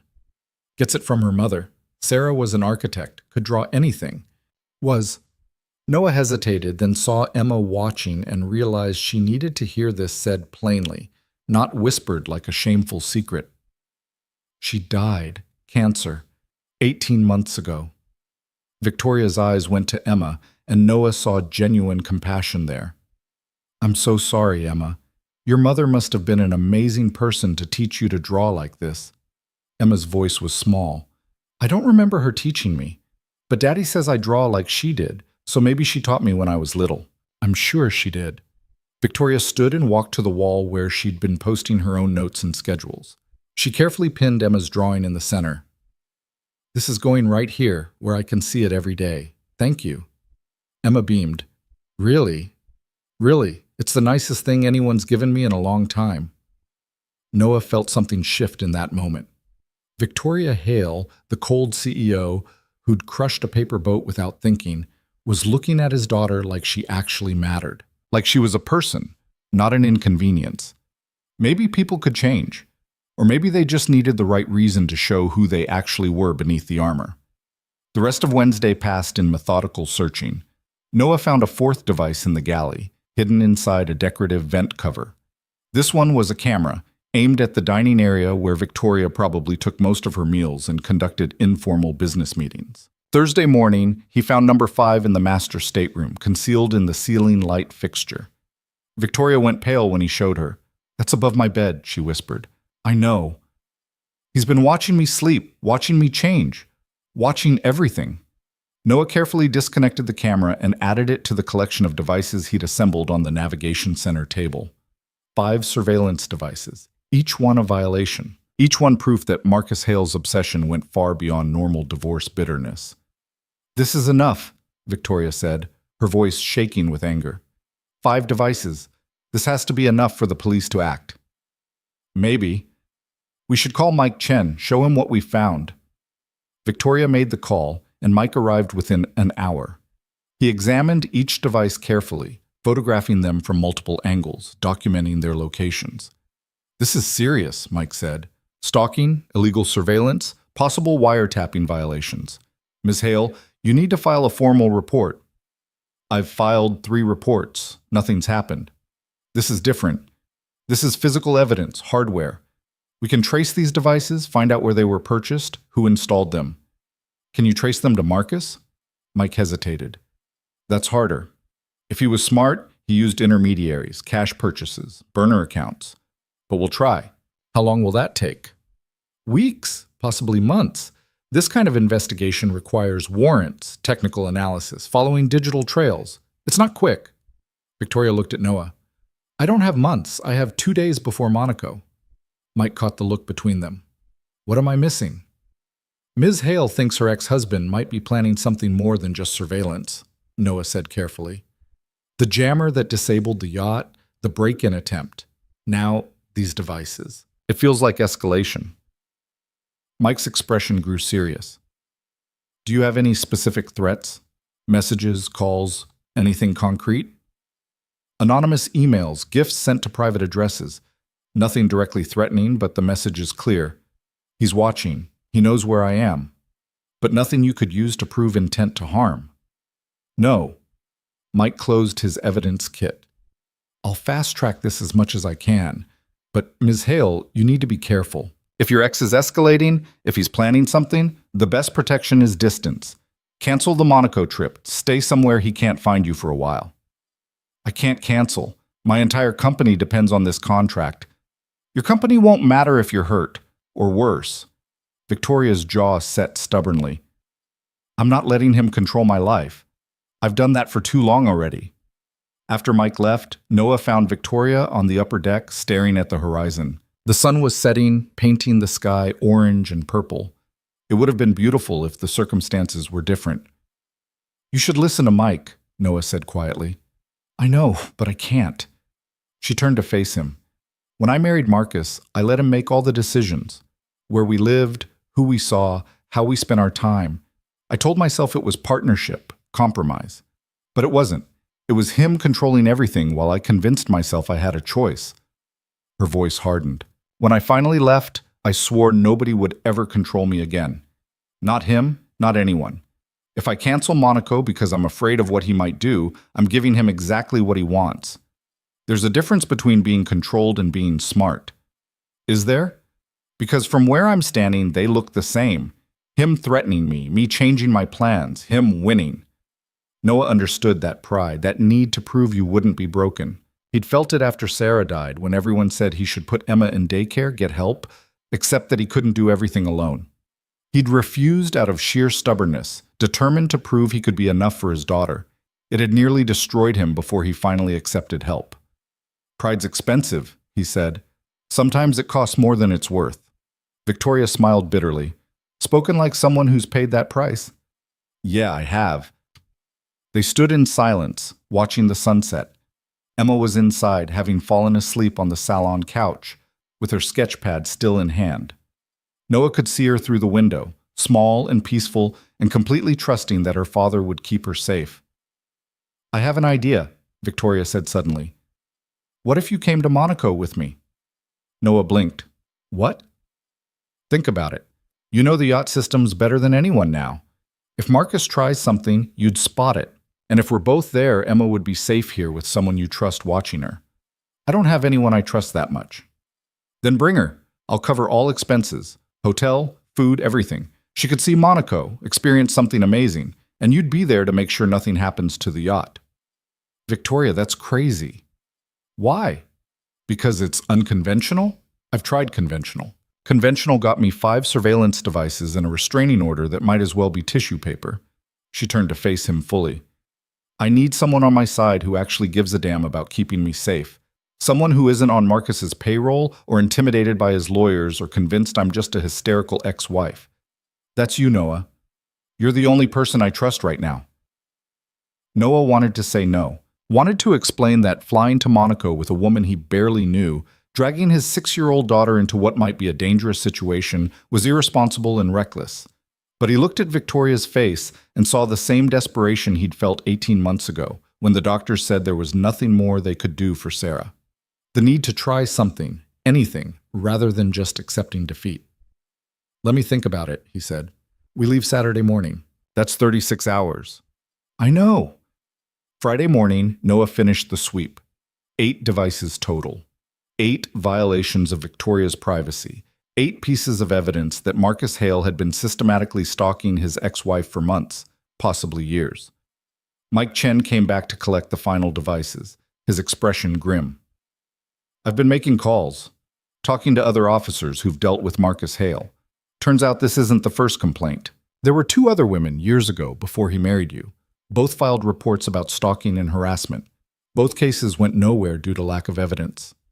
Victoria went very still. What happened to them? One moved out of state. The other got a job overseas. Both basically ran away to get free of him. And I'm supposed to do the same? Run away from my own company, my own life? I'm saying this is a pattern, and patterns escalate. Mike hesitated. Off the record, be very careful. Men like Marcus, who need to control their partners, who can't accept rejection. They don't stop, they just get more dangerous. After Mike left, Victoria sat in the navigation center surrounded by the evidence of Marcus's obsession. Noah had cleaned and reassembled everything, and the yacht systems were running perfectly, but the violation remained, invisible but present. "I'm going to Monaco," Victoria said, "with or without you. But I'd really like it to be with you." Noah thought about Emma, asleep in the salon. Thought about Morrison's garage and the stable life he'd lost. Thought about Sarah, who'd always told him to take chances, to not let fear make his decisions. "Okay," he said, "we'll come. But on one condition." "What?" "If anything feels wrong, if I see anything suspicious, we leave immediately. No arguments, no debate. Emma's safety comes first." "Agreed. And you pay for everything. I'm not going into debt for this." Victoria smiled slightly. "I think I can manage that. And when we get back, we deal with Marcus properly. No more half measures, no more hoping the legal system catches up. We find proof he's behind this, and we end it. How? I told you, I know people." Noah pulled out his phone and scrolled through old contacts. "There's a guy I used to work with, specialized in digital forensics. If anyone can trace those devices back to Marcus, it's him. And once we have proof, real, undeniable proof, we take it to the police, to your lawyers, to whoever will listen. We make sure Marcus can't hurt you anymore." Victoria's eyes were bright. "You really think we can stop him?" "I think we can try, and trying's better than running."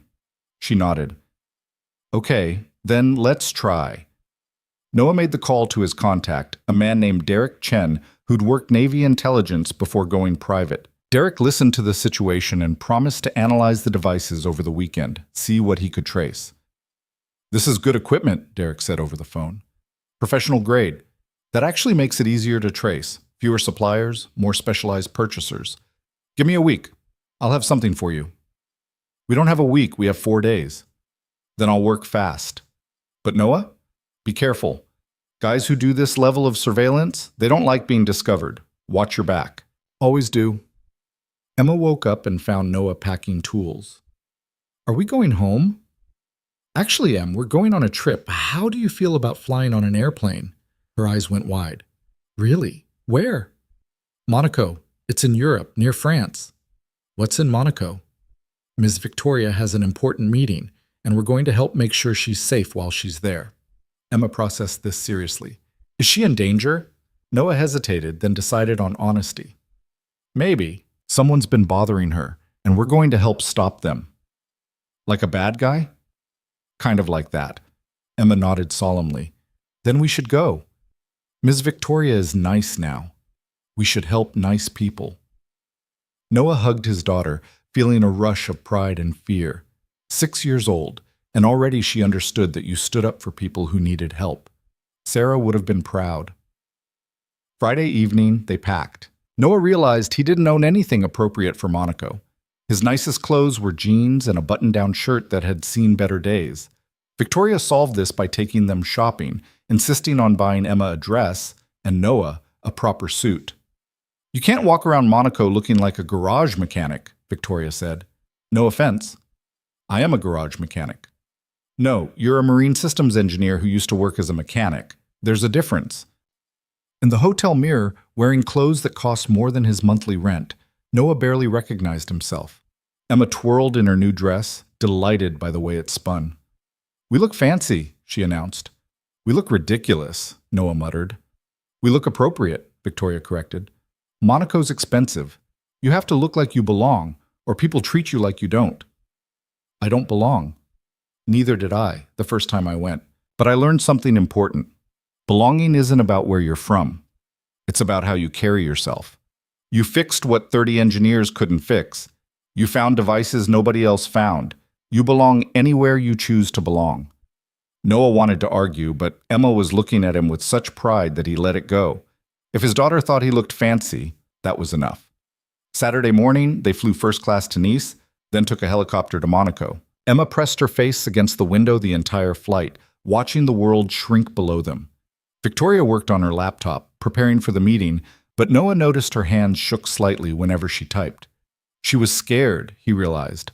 All the bravado, all the determination, and underneath it she was terrified that Marcus had planned something she couldn't anticipate. "It's going to be okay," Noah said quietly.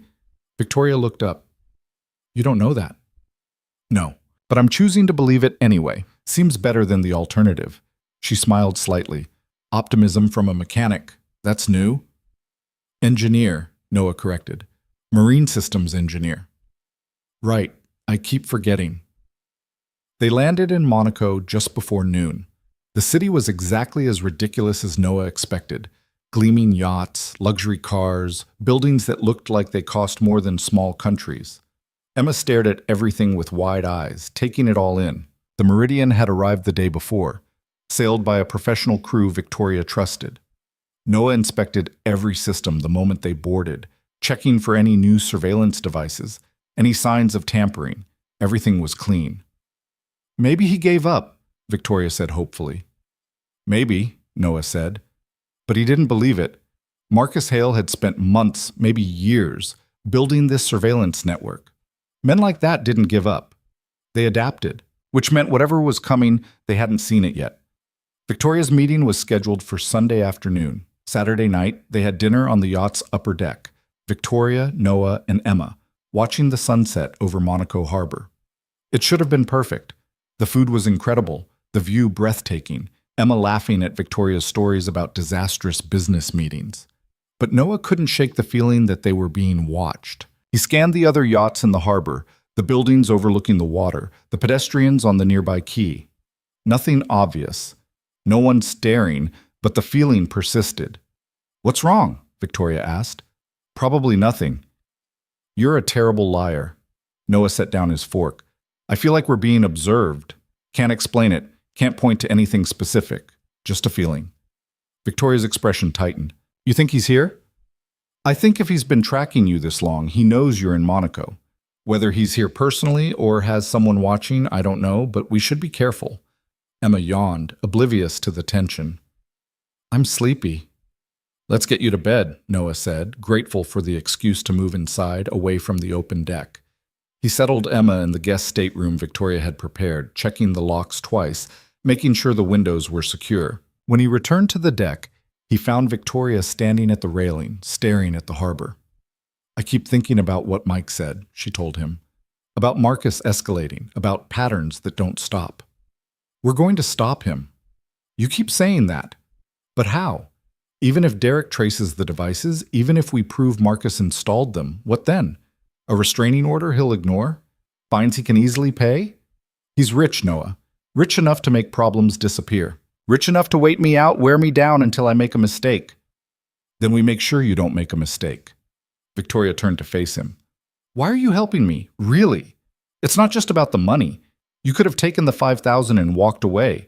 But you're here, in Monaco, with your daughter, risking whatever Marcus might do next. Why? Noah thought about how to answer that. The truth was complicated.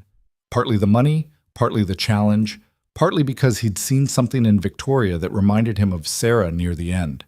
That desperate need to maintain control when everything was falling apart. Because somebody crushed my daughter's paper boat, he said finally. And then that same somebody turned out to be a person who needed help. And I'm tired of watching people suffer when I might be able to do something about it. That's it? Basic decency? Basic decency's rarer than you think. Victoria smiled sadly. You really believe that? After everything you've been through? Losing your wife, raising a daughter alone, getting fired for helping me? I believe it because of everything I've been through. People were decent to me when Sarah was sick. Strangers, mostly. The hospice nurse who stayed late so I could sleep.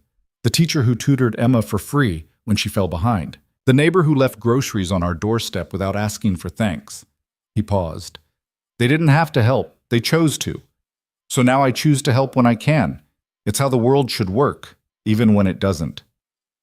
They stood in silence, the lights of Monaco glittering around them. Somewhere in that city, Marcus Hale might be watching, waiting, planning. But for this moment, they were safe. Tomorrow would bring whatever it would bring. Tonight, they had this. Sunday morning broke clear and bright over Monaco, the kind of perfect Mediterranean day that made everything seem possible. Noah woke to find Emma already awake, sitting at the porthole window and watching the harbor come to life. There are so many boats, she whispered, as if speaking too loud might disturb the scene. Are they all as big as this one? Some are bigger, some are smaller. Monaco's where rich people keep their toys. Ms. Victoria's boat isn't a toy. It's her home. Do. Noah sat up, struck by his daughter's observation. She was right. Over the past week, the Meridian had stopped being just a yacht in his mind. It had become Victoria's sanctuary, the one place she should have been able to feel safe. And Marcus had violated that, turned it into something she couldn't trust. Victoria appeared in the doorway, already dressed for her meeting in a charcoal suit that probably cost more than Noah's car. But her face was drawn, and he could tell she hadn't slept. "Coffee's ready," she said, "and I ordered breakfast. We should eat before the meeting." They gathered in the salon where a catering service had delivered pastries and fruit, and Emma's requested chocolate croissants. Noah watched Victoria push food around her plate, barely eating. "When's the meeting?" he asked. 2:00. The potential clients are flying in from Abu Dhabi. 3 hours of presentations, demonstrations, negotiations. She set down her fork. "Everything we've built depends on this contract. If we don't close it, Tech Vista loses credibility. Competitors will circle. Investors will get nervous. Then you'll close it. You sound very certain. I've watched you work all week. You're good at what you do, better than good. They'd be stupid not to sign." Victoria smiled slightly. "I wish I had your confidence." "You have it. You're just scared Marcus will find a way to sabotage this too." The smile faded. "Yes, that's exactly what I'm scared of." Noah's phone buzzed. A text from Derek Chen. "Call me. Found something." He excused himself and stepped out to the deck, dialing Derek's number. His friend answered on the second ring. "You're not going to like this," Derek said without preamble. "Tell me anyway." "Those surveillance devices?" "I traced the components, 3 different suppliers, all specialized equipment, all purchased through shell companies. But I dug deeper, followed the money. The shell companies lead back to a private security firm called Sentinel Solutions." "Never heard of them." "Most people haven't. They're discreet, expensive, and they do jobs other security firms won't touch. Industrial espionage, executive protection, surveillance, the kind of company you hire when you need plausible deniability." "And Marcus Hale hired them?" "Can't prove it directly, but Sentinel Solutions has Tech Vista listed as a former client. They did work for the company 3 years ago, right before the divorce." Noah felt pieces clicking into place. So Marcus had access to Sentinel through the company, could have hired them privately without Victoria knowing. Exactly. And here's where it gets worse. Sentinel Solutions has an operative in Monaco right now. Flew in Friday night, checked into a hotel 2 blocks from the harbor. Noah's blood went cold. "You're sure?" "Completely. I have his name, photo, hotel registration. Guy's a specialist. Technical surveillance, intelligence gathering, some enforcement work that probably crosses legal lines." "Send me everything you have." "Already did. Check your email." "But Noah, this isn't just surveillance anymore.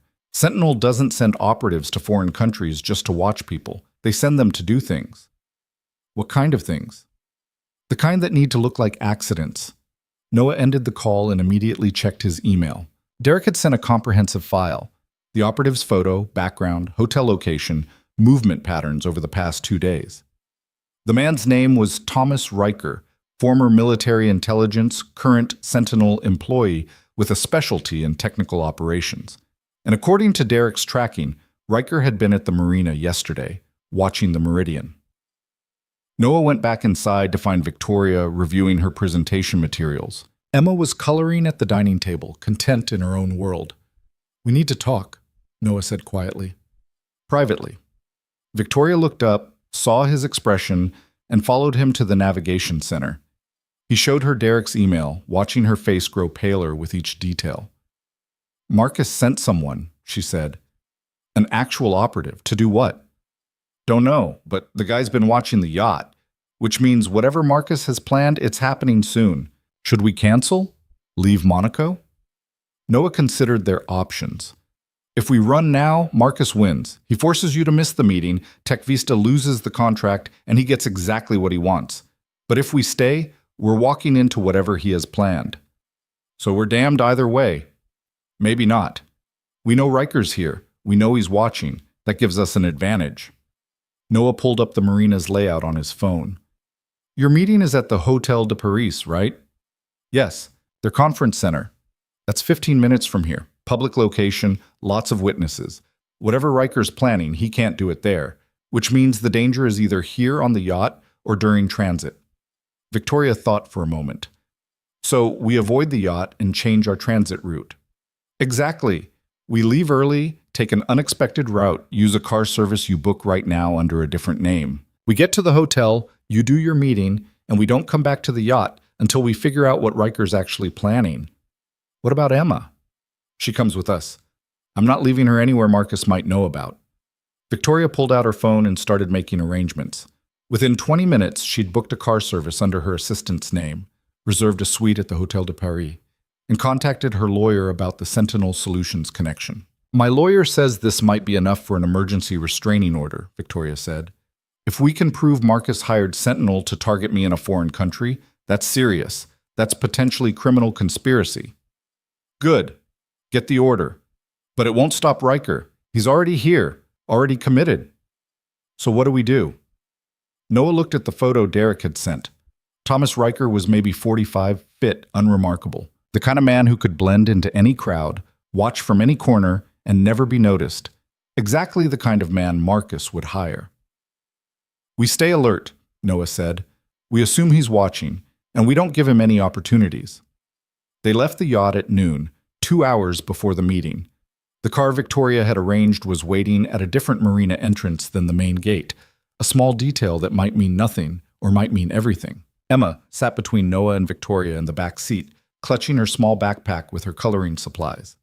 Why are we leaving so early? Emma asked. Ms. Victoria needs extra time to prepare, Noah said, and I thought maybe we could walk around Monaco a little. Would you like that? Emma nodded enthusiastically, and Noah felt a pang of guilt at using his daughter as cover.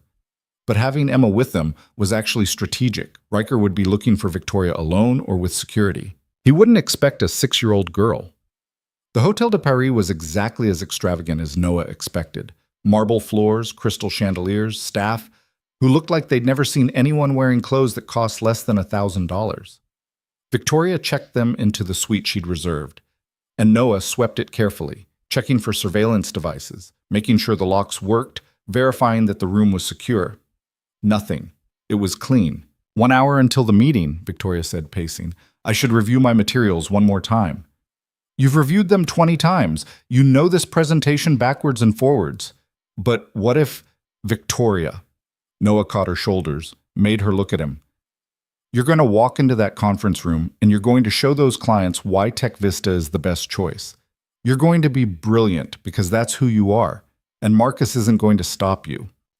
She took a shaky breath. You really believe that? I really do. Emma looked up from her coloring. You can do it, Ms. Victoria. Daddy says you're really smart. Victoria's expression softened. Thank you, Emma. That means a lot. At 1:30, Victoria left for the conference center, flanked by 2 hotel security guards she'd discreetly arranged. Noah watched her go, then turned his attention to keeping Emma occupied and watching for Thomas Riker. He spotted the man at 2:15. Riker was in the hotel lobby, sitting in one of the elegant chairs with a newspaper, looking like any other guest. But his eyes tracked the conference center entrance, and Noah recognized the professional awareness of someone on a job. Noah kept Emma in the suite, watching through the peephole, tracking Riker's movements. The operative stayed in the lobby for 30 minutes, then left through the front entrance. Noah wanted to follow, but couldn't risk leaving Emma alone. Instead, he called Derek. Riker's at the Hotel de Paris, Noah said. He was watching the conference center. Makes sense. If he can't get to her on the yacht, he'll try during transit or at the meeting location. What's his play? He can't do anything violent in a public hotel. Doesn't need to be violent. Could be sabotage. Planted evidence, something that destroys her credibility right before the big meeting. Derek paused. Or he could be waiting for her to return to the yacht. That's where the real danger is. Noah thought about the Meridian, sitting alone in the marina. What could he do to a yacht? A lot of things. Sabotage the engines, compromise the hull integrity, plant something that causes a fire or explosion. If Marcus wants her dead and wants it to look like an accident, a yacht malfunction at sea is perfect. We removed all his surveillance devices. How would he know when she's aboard? He's been watching the yacht, right? He sees her leave, sees her return. Doesn't need electronic surveillance when he has eyes on target. Noah's mind raced through scenarios. So we don't go back to the yacht. Smart. But eventually she has to retrieve her things, close up the boat, leave Monaco. That's when he'll make his move. Then we make our move first. We find out what he's planted and remove it before Victoria goes back aboard. That's risky. If Riker catches you, he won't. He's watching Victoria, not me. I'm just the mechanic she hired. Noah looked at Emma, who was drawing peacefully on the hotel bed. Can you do me a favor? Depends on the favor. I need you to come to Monaco, tonight. I need someone I trust to stay with my daughter while I deal with this. Derek was quiet for a moment. You're serious? Completely, I'll pay whatever you need. But I can't leave Emma alone, and I can't bring her with me if I'm going up against Riker. I'll catch the next flight. Should be there by 8. Thank you. Noah? Don't do anything stupid before I get there. Define stupid. You know what I mean. Riker's a professional. You're not. I'm professional enough, and I'm motivated. He ended the call and returned to watching Emma draw. She'd created an elaborate scene of Monaco, the harbor, the buildings, the yacht. In the center, she'd drawn 3 figures again, Victoria, Noah, and herself. That's beautiful, Em. It's our adventure, she said. Like a vacation, but with important work, too. You're right. It is an adventure. Will we come back to Monaco someday? Noah thought about that. Maybe. Would you like to? I like it here. Everyone's fancy, but Ms. Victoria says that doesn't matter. She says what matters is being good at what you do. Ms. Victoria's right. Emma looked up at him. Are you good at what you do, Daddy? I try to be. I think you are. You fixed Ms. Victoria's boat when nobody else could. That's being really good. Noah hugged his daughter, feeling that familiar mix of pride and fear. She was so young to be caught up in this, so innocent. And he was gambling that he could keep her safe while helping Victoria. It was the same gamble he'd made 18 months ago, choosing to keep Emma with him instead of sending her to live with Sarah's parents, choosing to believe he could be enough for her, even when he wasn't sure he could be enough for himself. So far, he'd been right. She was happy, healthy, loved. But this situation was different. This was active danger, not just the quiet struggle of single parenthood. Victoria returned at 5:30, flushed with success. They signed 3-year contract, $200 million, with expansion options. They signed everything. Emma clapped. Noah felt genuine relief. That's amazing. It is. It really is. Victoria's smile faded. But I keep waiting for the other shoe to drop, for something to go wrong. Nothing's going wrong. You did this. You earned this. Did I see it through the peephole, or was Thomas Riker really in the hotel lobby? So she'd spotted him too. He was there, watching. What does he want? Don't know yet, but I have someone coming tonight to help us figure it out. Derek Chen, the guy who traced the surveillance devices. He'll stay with Emma while we deal with Riker. Victoria's eyes widened. Deal with him how? By finding whatever he's planted on the yacht and removing it before you go back aboard. That's dangerous. Everything about this situation is dangerous. At least this way we're taking action instead of just reacting. Victoria sat down heavily on the hotel bed. I never wanted this, any of this. I just wanted to build my company, live my life, be free of Marcus. And you will be, after tonight. You sound so certain. I'm choosing to be certain.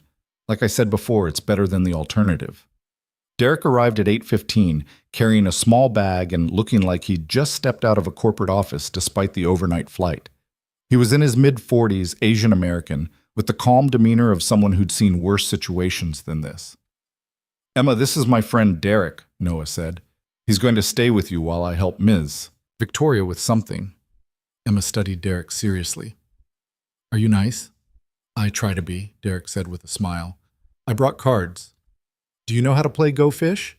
Yes, but I'm really good at it. I almost always win. Then I better practice.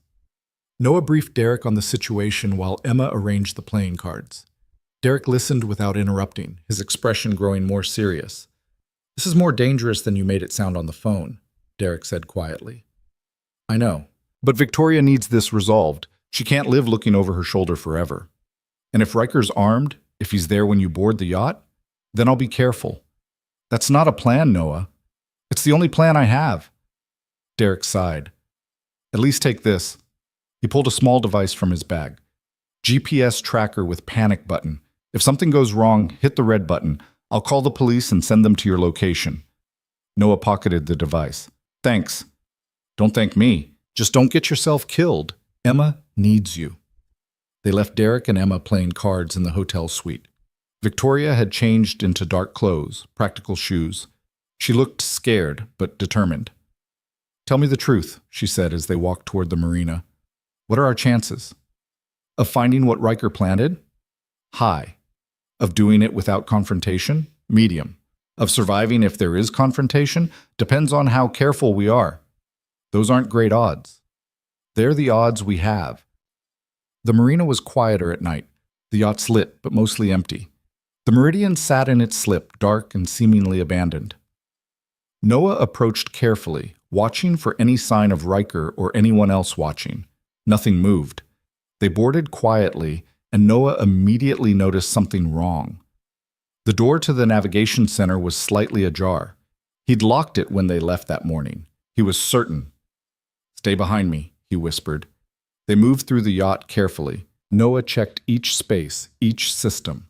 In the engine room, he found what he was looking for. A small explosive device attached to the fuel line with a remote detonator. Victoria's hand flew to her mouth. Oh my God! Don't touch anything. Noah photographed the device from multiple angles, documenting its placement, its construction. This is professional work. Military grade. Will it explode? Not unless someone triggers it remotely. But if they did, the whole yacht would go up. When I was aboard. When I was at sea. Probably. That's what it's designed for. Clean explosion, total destruction. Looks like an accident. Victoria was shaking. He really wants me dead. Not just scared or controlled, actually dead. Looks that way.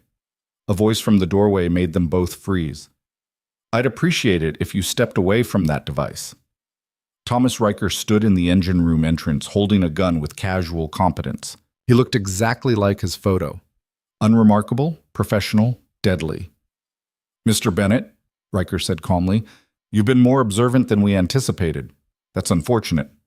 Noah moved slowly, positioning himself between Riker and Victoria. We found your device. It's documented.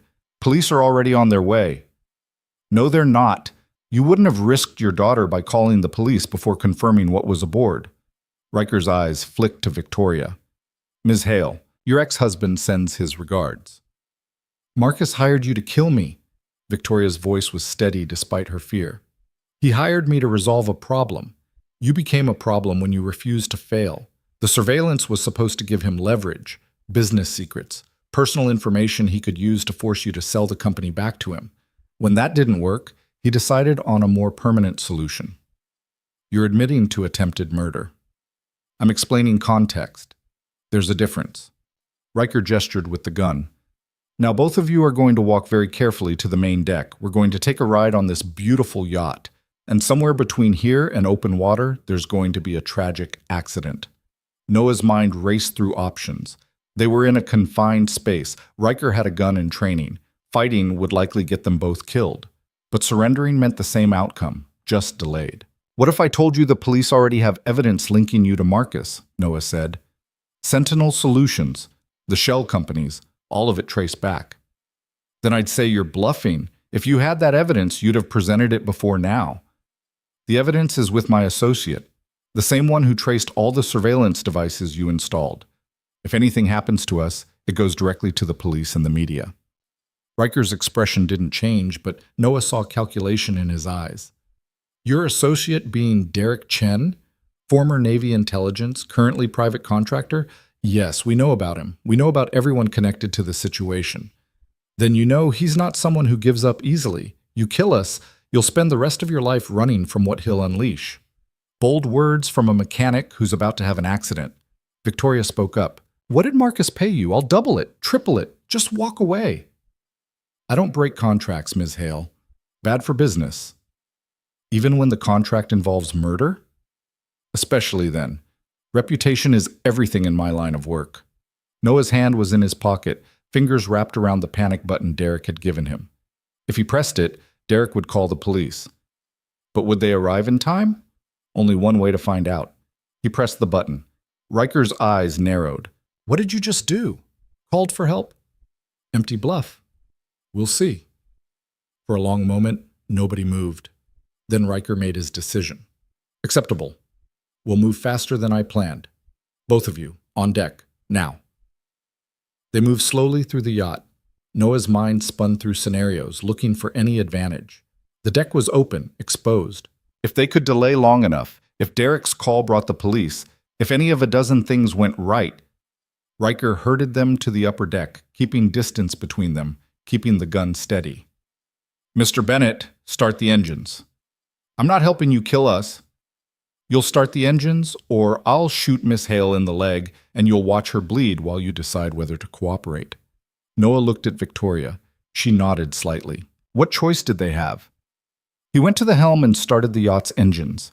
They rumbled to life smoothly, all systems functioning. Because of course they did. He'd made sure everything worked perfectly. Cast off the lines, Riker ordered Victoria. She moved to release the mooring lines, and Noah saw his chance.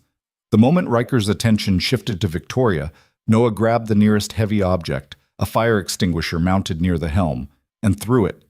His aim was terrible. The extinguisher flew wide, missing Riker by 2 feet, but it created enough distraction for Victoria to drop behind the railing and for Noah to lunge forward. Riker recovered instantly, swinging the gun toward Noah. But Noah was already inside the gun's arc, grabbing Riker's wrist, using momentum and desperation to force the weapon away. They struggled. Riker was trained, professional, stronger. But Noah was motivated by the knowledge that Emma was in a hotel room waiting for her father to come back, and Victoria was counting on him, and sometimes desperation was its own kind of strength. The gun discharged. The sound was deafening in the night air. Noah felt the bullet pass close enough to feel its heat, and then he was grappling for the weapon, both hands locked on Riker's wrist. Victoria appeared with a boat hook, swinging it like a baseball bat. It connected with Riker's shoulder, and he grunted in pain. The gun clattered to the deck. All 3 of them lunged for it simultaneously. Noah got there first, grabbing the weapon, scrambling backward. His hands were shaking so badly he could barely hold it.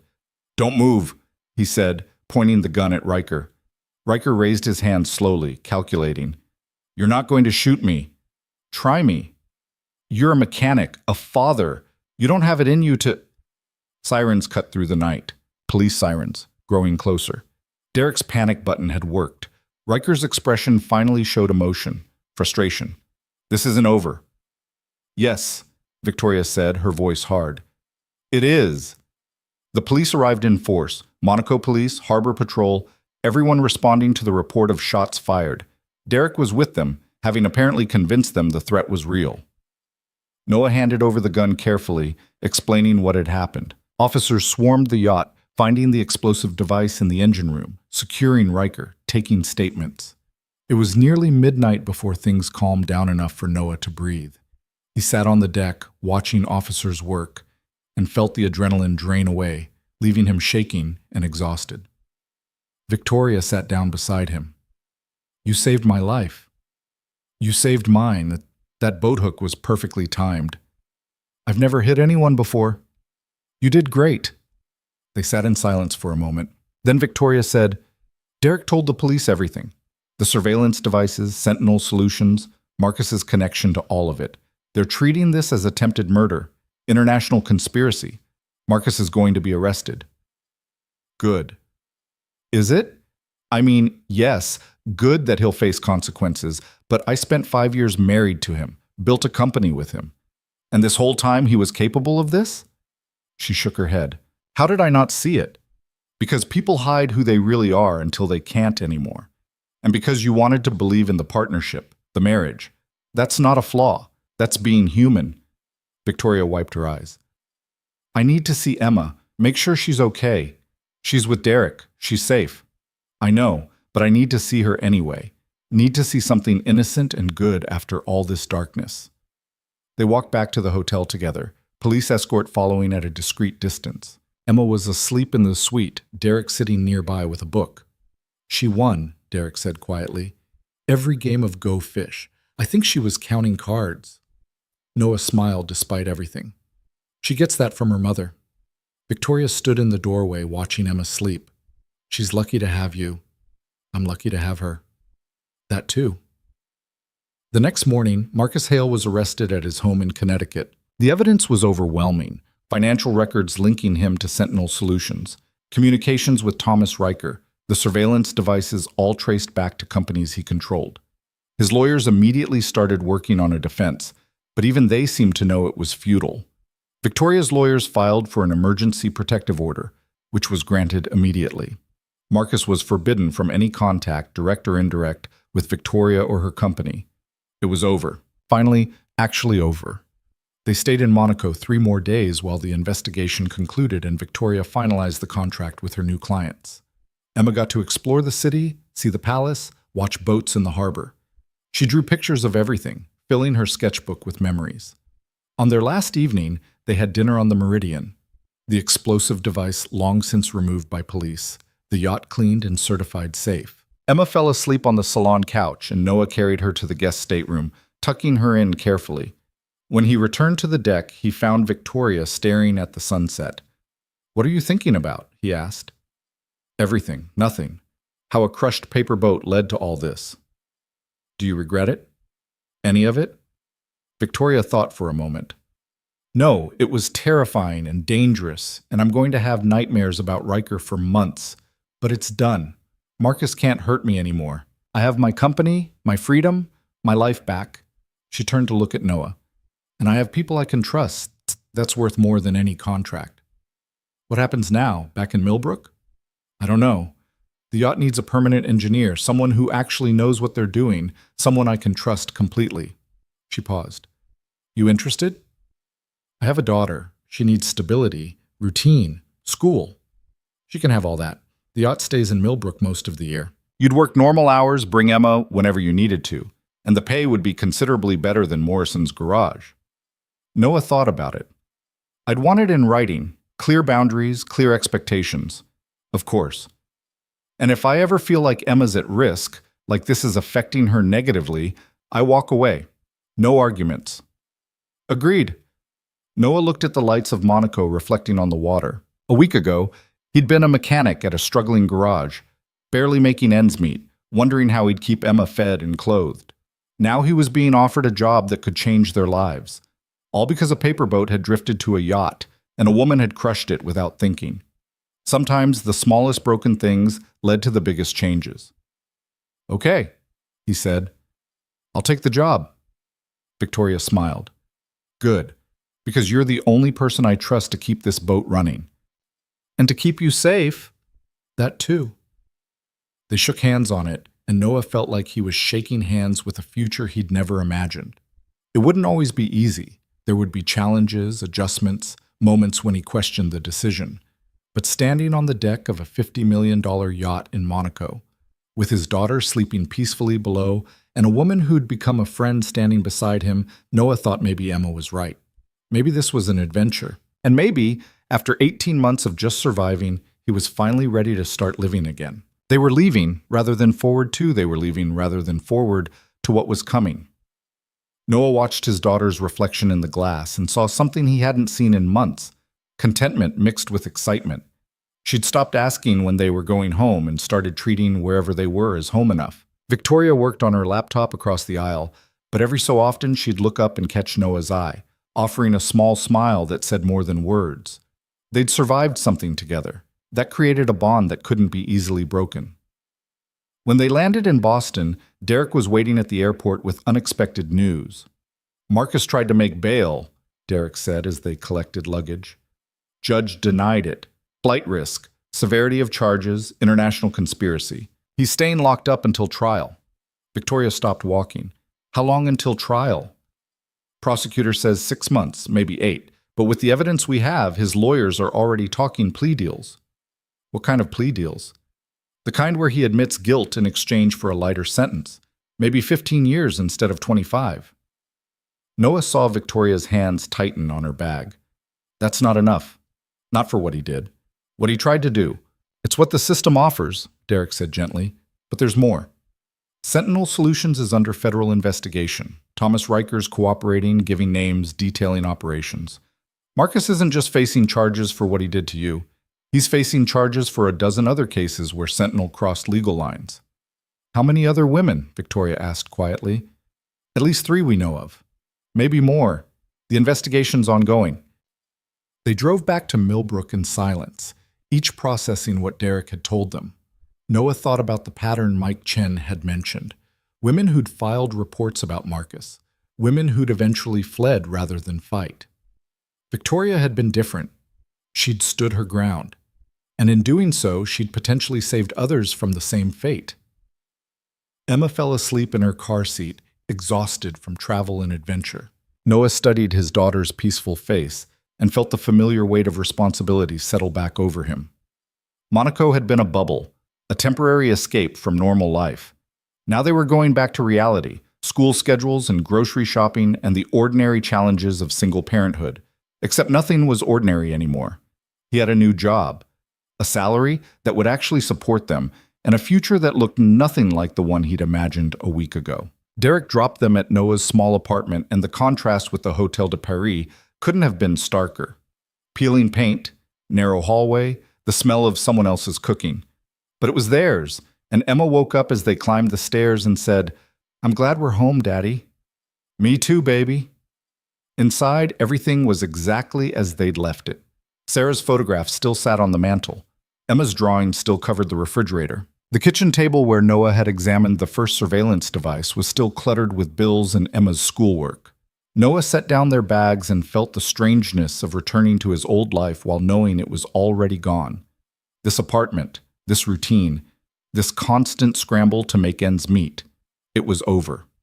Or it would be, once he figured out the logistics of his new position with Victoria. His phone rang. Morrison's garage. Noah stared at the number for a moment, then answered. "Noah, it's Morrison. Look, I heard about what happened in Monaco. It's all over the news. You and Victoria Hale stopping some kind of assassination plot? It wasn't exactly like that. Whatever it was impressive. And I may have been hasty about letting you go. If you want to come back, we can work something out.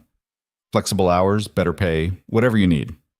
Noah thought about the garage, the familiar smell of oil and metal, the simple satisfaction of fixing things people actually needed fixed. There was comfort in that world. Safety. But there was also limitation. And after Monaco, after proving he could handle complex systems and dangerous situations, going back felt like stepping backward. "I appreciate the offer, Morrison, but I've accepted a position with Ms. Hale, marine systems engineer for her yacht." Morrison was quiet for a moment. "That's a good opportunity. Better than what I can offer, probably." "It is. But I'm grateful for the years I had with you. You gave me a chance when I needed it." "You earned it. You were always too good for that garage, Noah. I just didn't want to admit it, because then I'd have to replace you." Morrison paused. "Take care of yourself. And that daughter of yours, she's special." "I will. Thanks, Morrison." After he hung up, Noah felt a strange mix of relief and melancholy. That chapter was closed. Whatever came next, he was committed to the path he'd chosen. Emma emerged from her bedroom carrying her sketchbook. "Daddy, can we make another paper boat? I want to see if it goes to the same place the first one did." Noah smiled. "Sure, Em, let's make a boat." They sat at the kitchen table with an old magazine, and Emma carefully folded the pages, remembering the creases, getting it right. When she was done, she held up a perfect paper boat, decorated with drawings of Monaco and the yacht and 3 stick figures. "This one's better," she announced, "because I know where it's going now." "Where's that?" "To adventures. That's where all boats go if you let them." Noah felt his throat tighten. 6 years old, and already she understood something it had taken him decades to learn. You had to let things go to see where they'd take you. The next morning, Noah called Victoria to discuss the logistics of his new position. She answered on the first ring, sounding more energized than he'd heard her in days. "I've been thinking about this all night," she said. "The yacht needs a full-time engineer, but it also needs to be part of something bigger. I want to create a marine division for Tech Vista. Specialized systems, AI-driven diagnostics, predictive maintenance. We could revolutionize how yachts and commercial vessels handle technical operations." "That's ambitious." "Everything worth doing is ambitious. And you'd head the division, Chief Marine Systems Engineer. You'd hire your own team, develop the technology, test it on the Meridian before we sell it to clients." Noah sat down heavily. "Victoria, I'm a mechanic who worked on fishing boats and fixed transmissions. I'm not qualified to head a division. You found surveillance devices 30 engineers missed. You identified sabotage nobody else recognized. You understand systems at a level most engineers never reach because you don't just know how they work, you understand why they fail. Her voice was firm. You're exactly qualified. You just don't have the fancy degrees everyone assumes you need.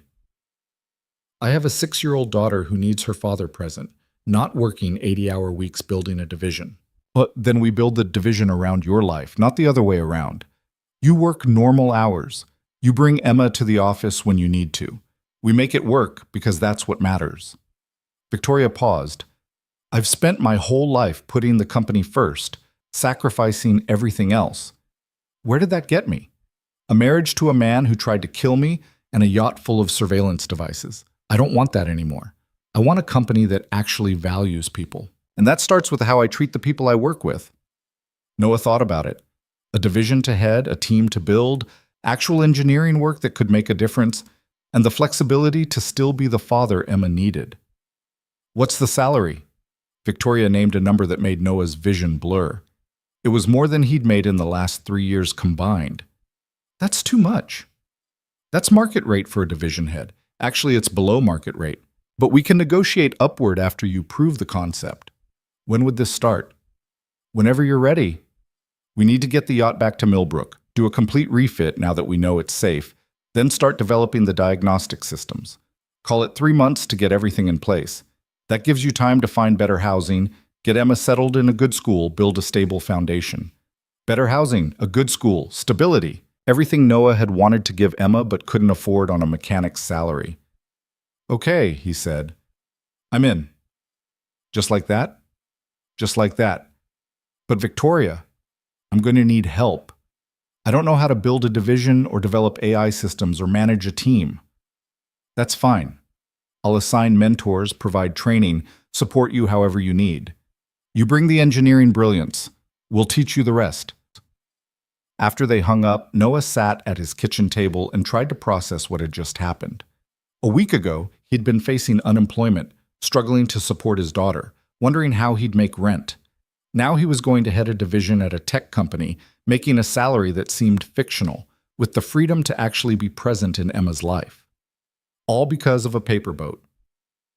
The next 3 months passed in a blur of change. Noah found a new apartment, a real apartment with 2 bedrooms and working heat and windows that didn't leak. Emma started at a better school, one with art programs and small class sizes and teachers who actually had time to know their students. Victoria kept her word about mentorship and support. She assigned Noah to work with Tech Vista's development team, learning about AI systems and diagnostic algorithms and how to translate engineering intuition into programmable logic. It was challenging, occasionally frustrating, but deeply satisfying in a way fixing transmissions had never been. Emma flourished. Her new teacher recognized her artistic talent and enrolled her in an after-school program. She made friends. She stopped being quite so quiet, so careful about taking up space. And slowly, Noah realized they were building something new. Not replacing what they'd lost when Sarah died. Nothing could do that. But creating a different kind of life. One with possibility and security and the breathing room to actually enjoy things instead of just surviving them. The Meridian returned to Millbrook in late autumn, completely refitted and certified. Noah spent his days aboard, installing the prototype diagnostic systems, teaching himself the yacht's every system until he knew it better than anyone alive. Victoria visited regularly, sometimes for business discussions, sometimes just to check on progress, sometimes to have coffee and talk about nothing in particular. Their relationship had evolved into something neither of them quite knew how to name. Not romance. Both of them carried too much baggage for that. Not just business, though business was part of it. Something closer to family, maybe. People who'd survived something together and emerged on the other side, changed but whole. Emma loved visiting the yacht. She'd claimed a corner of the salon as her art space, and her drawings now covered one entire wall, Victoria's idea. The contrast between the child who'd watched her paper boat get crushed and the child who confidently decorated a $50 million yacht wasn't lost on Noah. 6 months after Monaco, Derek Chen called with the news they'd been waiting for. Marcus took a plea deal. 15 years, no possibility of parole for at least 10. He allocates his testimony against Sentinel Solutions and agrees to pay restitution to all identified victims. Noah put the call on speaker so Victoria could hear. They were in the yacht's navigation center, testing the new diagnostic system that had just passed its first major trial. "What about the other victims?" Victoria asked. "The women from before?" "They're all part of the restitution package. He's paying for therapy, relocation costs, whatever they need to rebuild their lives. It's not justice, exactly, but it's something."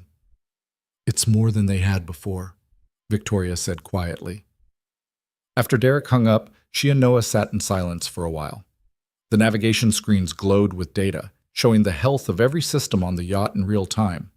Noah's achievement, the prototype that would eventually become Tech Vista Marine's flagship product. "It's really over," Victoria said finally. "Does it feel over?" "Not yet, but maybe it will, eventually." She looked at the screens. "This is incredible work, Noah. The system's even better than I imagined." "It's a start. Still needs refinement, more testing, real-world validation." "That's what the next year is for. We'll run it on the Meridian, gather data, improve it. Then we'll start approaching other yacht owners, commercial vessels, maybe even military contracts." "Ambitious. Everything worth doing is," she smiled. "You taught me that." "I'm pretty sure you already knew it." Emma appeared in the doorway carrying her latest drawing. "Ms. Victoria, I finished the one you asked for." Victoria took the drawing carefully.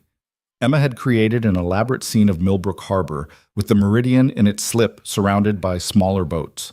In the foreground, 3 figures stood on the dock: a woman, a man, and a small girl. But this time they weren't holding hands. They were building something together, working on what looked like a boat made of paper and dreams. "Emma, this is beautiful. Is this us?" "Yes, building new boats, because the first one went on an adventure, but we need more boats for more adventures." Victoria's eyes were bright. "You're absolutely right. We do need more boats." She looked at Noah. "She's wise beyond her years." "Gets it from her mother." They hung Emma's drawing in the salon next to all the others. The yacht was slowly filling with art, with life, with the evidence that it was more than just Victoria's possession. It was becoming a space where people who'd been broken could come together and build something new. That evening, Noah took Emma to the same dock where they'd launched the first paper boat 6 months ago. The autumn air was cold, the harbor quiet. They sat with their feet dangling over the edge, watching the sunset paint the water orange and gold. "Are you happy, Daddy?" Emma asked. "Yeah, Em, I think I am. Are you?" "I'm happy. I like our new apartment. I like my school. I like Ms. Victoria." She paused. "Do you think Mommy would be happy too?" Noah felt his throat tighten. They didn't talk about Sarah often. The grief was still too close to the surface. But Emma was asking, and she deserved an honest answer. "I think Mommy would be very proud of us, of how we kept going even when things were hard, of how we helped someone who needed help, of how we didn't let being sad stop us from finding new happiness. I still miss her." "Me too, baby. Every day." "But it's okay to be happy anyway?" "It's definitely okay to be happy anyway." Emma pulled a paper boat from her pocket. She'd folded one before they left the apartment. This one was decorated with stars and waves and small hearts in the corners. "Should I send this one on an adventure?" she asked. "That's up to you." Emma studied the boat for a long moment, then carefully placed it on the water. They watched it drift away, spinning slowly in the current, catching the last light of sunset. "Where do you think it will go?" Emma asked. "I don't know. Somewhere it needs to be, probably. Like the first one went to Ms. Victoria because she needed us." Exactly like that. They sat together as the paper boat drifted farther out, eventually disappearing into the evening shadows. Somewhere in the harbor, it would sink or get caught or wash up on some distant shore. But that wasn't the point. The point was the letting go. The trust that releasing something into the unknown might lead to something better than you could plan. The first paper boat had led Noah to Victoria, to Monaco, to a new career and a better life for Emma. It had led Victoria to freedom from Marcus, to people she could trust, to the beginning of healing from years of control and fear. And this second boat? Noah didn't know where it would lead, maybe nowhere. Maybe to another adventure they couldn't yet imagine. But he was okay with not knowing. For the first time in 18 months, he was genuinely okay with uncertainty. because he'd learned that sometimes the best things came from the moments when you stopped trying to control everything and just let life take you where it needed to go. 3 months later, Tech Vista Marine officially launched with Noah as its chief engineering officer. The press coverage was extensive. The mechanic who'd saved a CEO's life now heading a revolutionary marine technology division. Emma cut the ribbon at the launch event, grinning as cameras flashed and reporters asked her what it was like having such a smart father. "He's always been smart," Emma told them seriously. "People just didn't notice before." Victoria's company tripled in value over the next year. The Monaco contract led to others. The Marine Division's diagnostic system became an industry standard. And slowly, carefully, Victoria learned to trust again. Not just Noah, but her team, her instincts, herself. She started dating, carefully, cautiously, with the wisdom of someone who'd survived the worst kind of betrayal. She traveled without fear, knowing Marcus was locked away and couldn't hurt her. She built the company she'd always dreamed of, but this time with balance, with boundaries, with the understanding that success meant nothing if you lost yourself achieving it. Noah and Emma settled into their new life with the same careful optimism. The apartment became a home. Emma's art filled the walls. Noah's work was challenging and meaningful.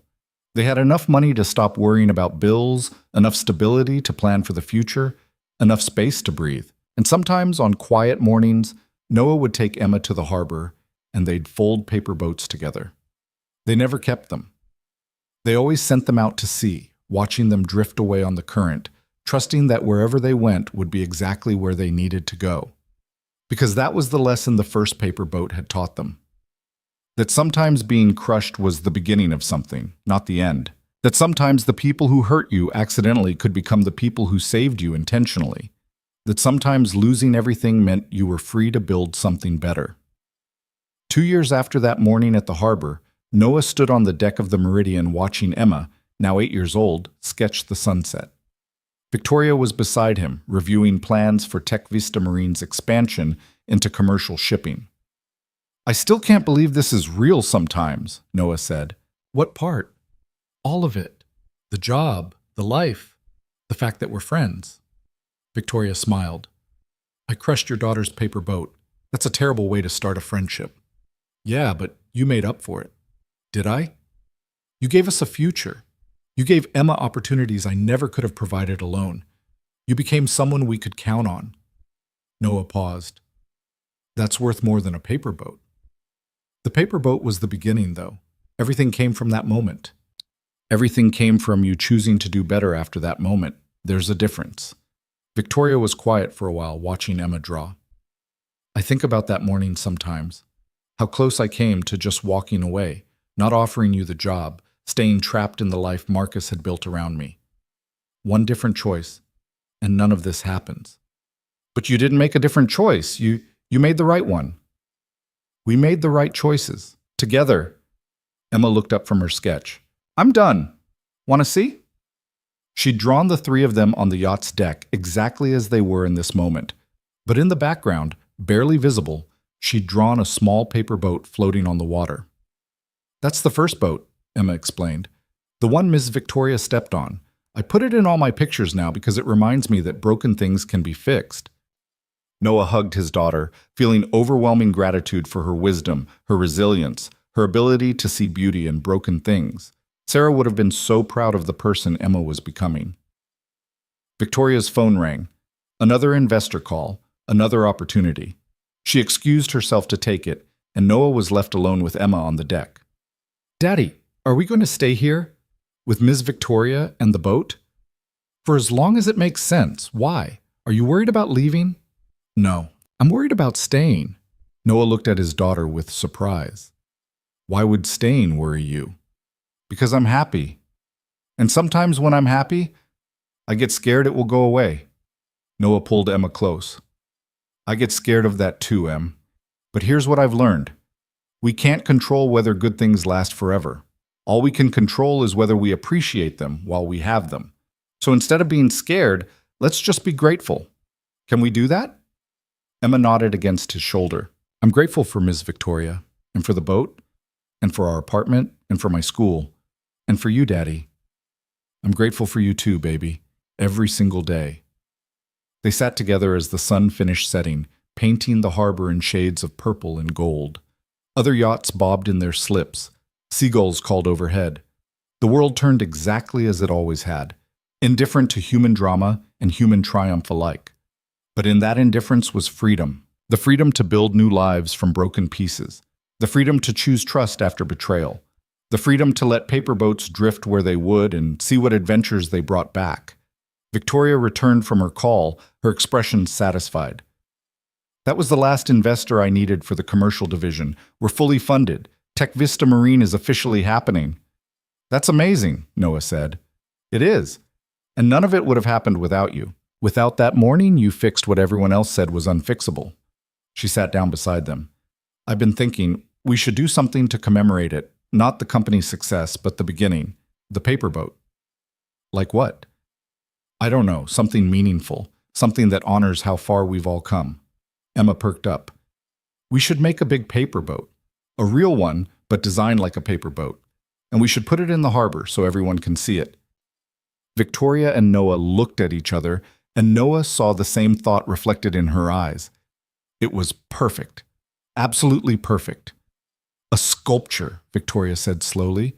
A monument to small things that lead to big changes. We could commission an artist, install it at the marina, make it permanent. It could be a reminder, Emma added, that you should pay attention to small things, like paper boats, because you never know what they might become. Over the next 6 months, they worked with a local artist to create exactly that.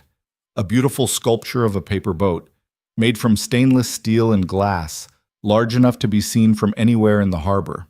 It was installed on the dock where Emma had launched the original boat, with a small plaque that read, "To new beginnings, and to paying attention to the small things that change everything."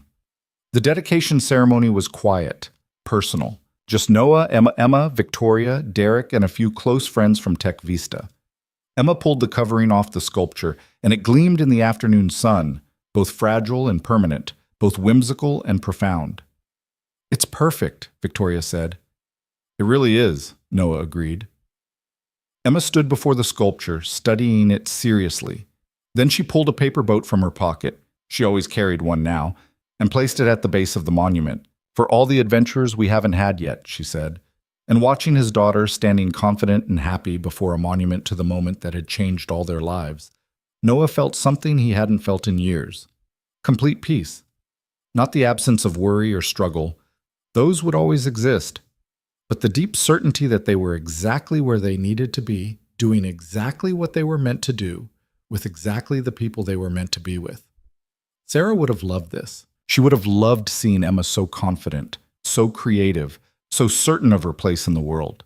She would have loved the friendship between Noah and Victoria, the way they'd helped each other heal.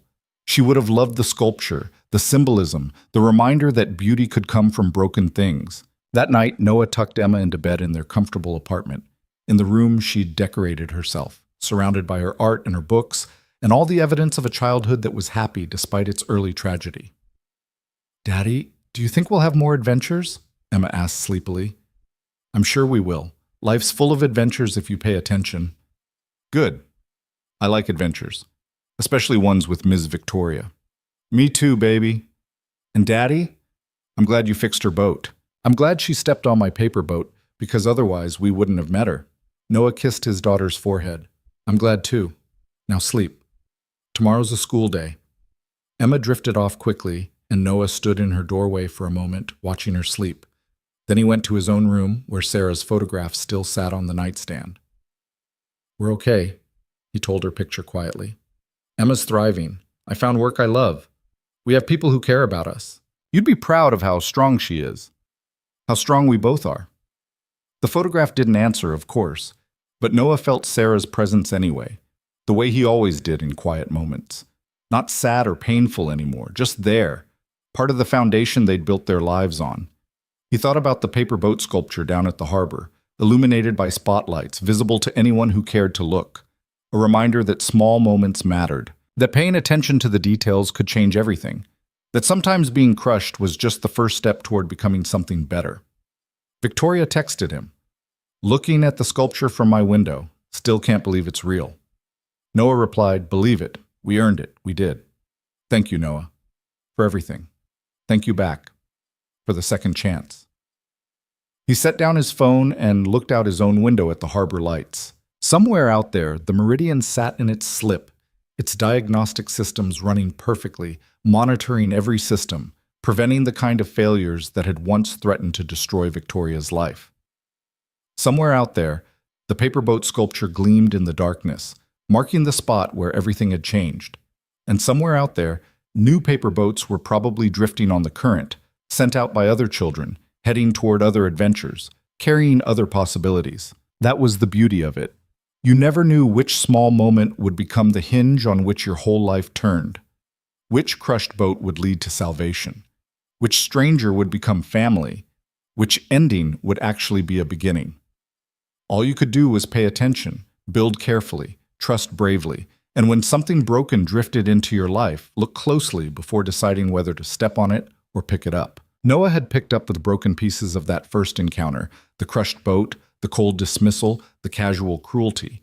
And somehow, impossibly, he and Victoria and Emma had built something beautiful from them. A friendship, a career, a future, a monument to second chances. And that, Noah thought as he finally turned off the light and went to bed, was worth more than any yacht, any salary, any success. Because in the end, what mattered wasn't the size of the boat or the grandeur of the adventure. What mattered was paying attention to the small things and having the courage to let them take you somewhere new.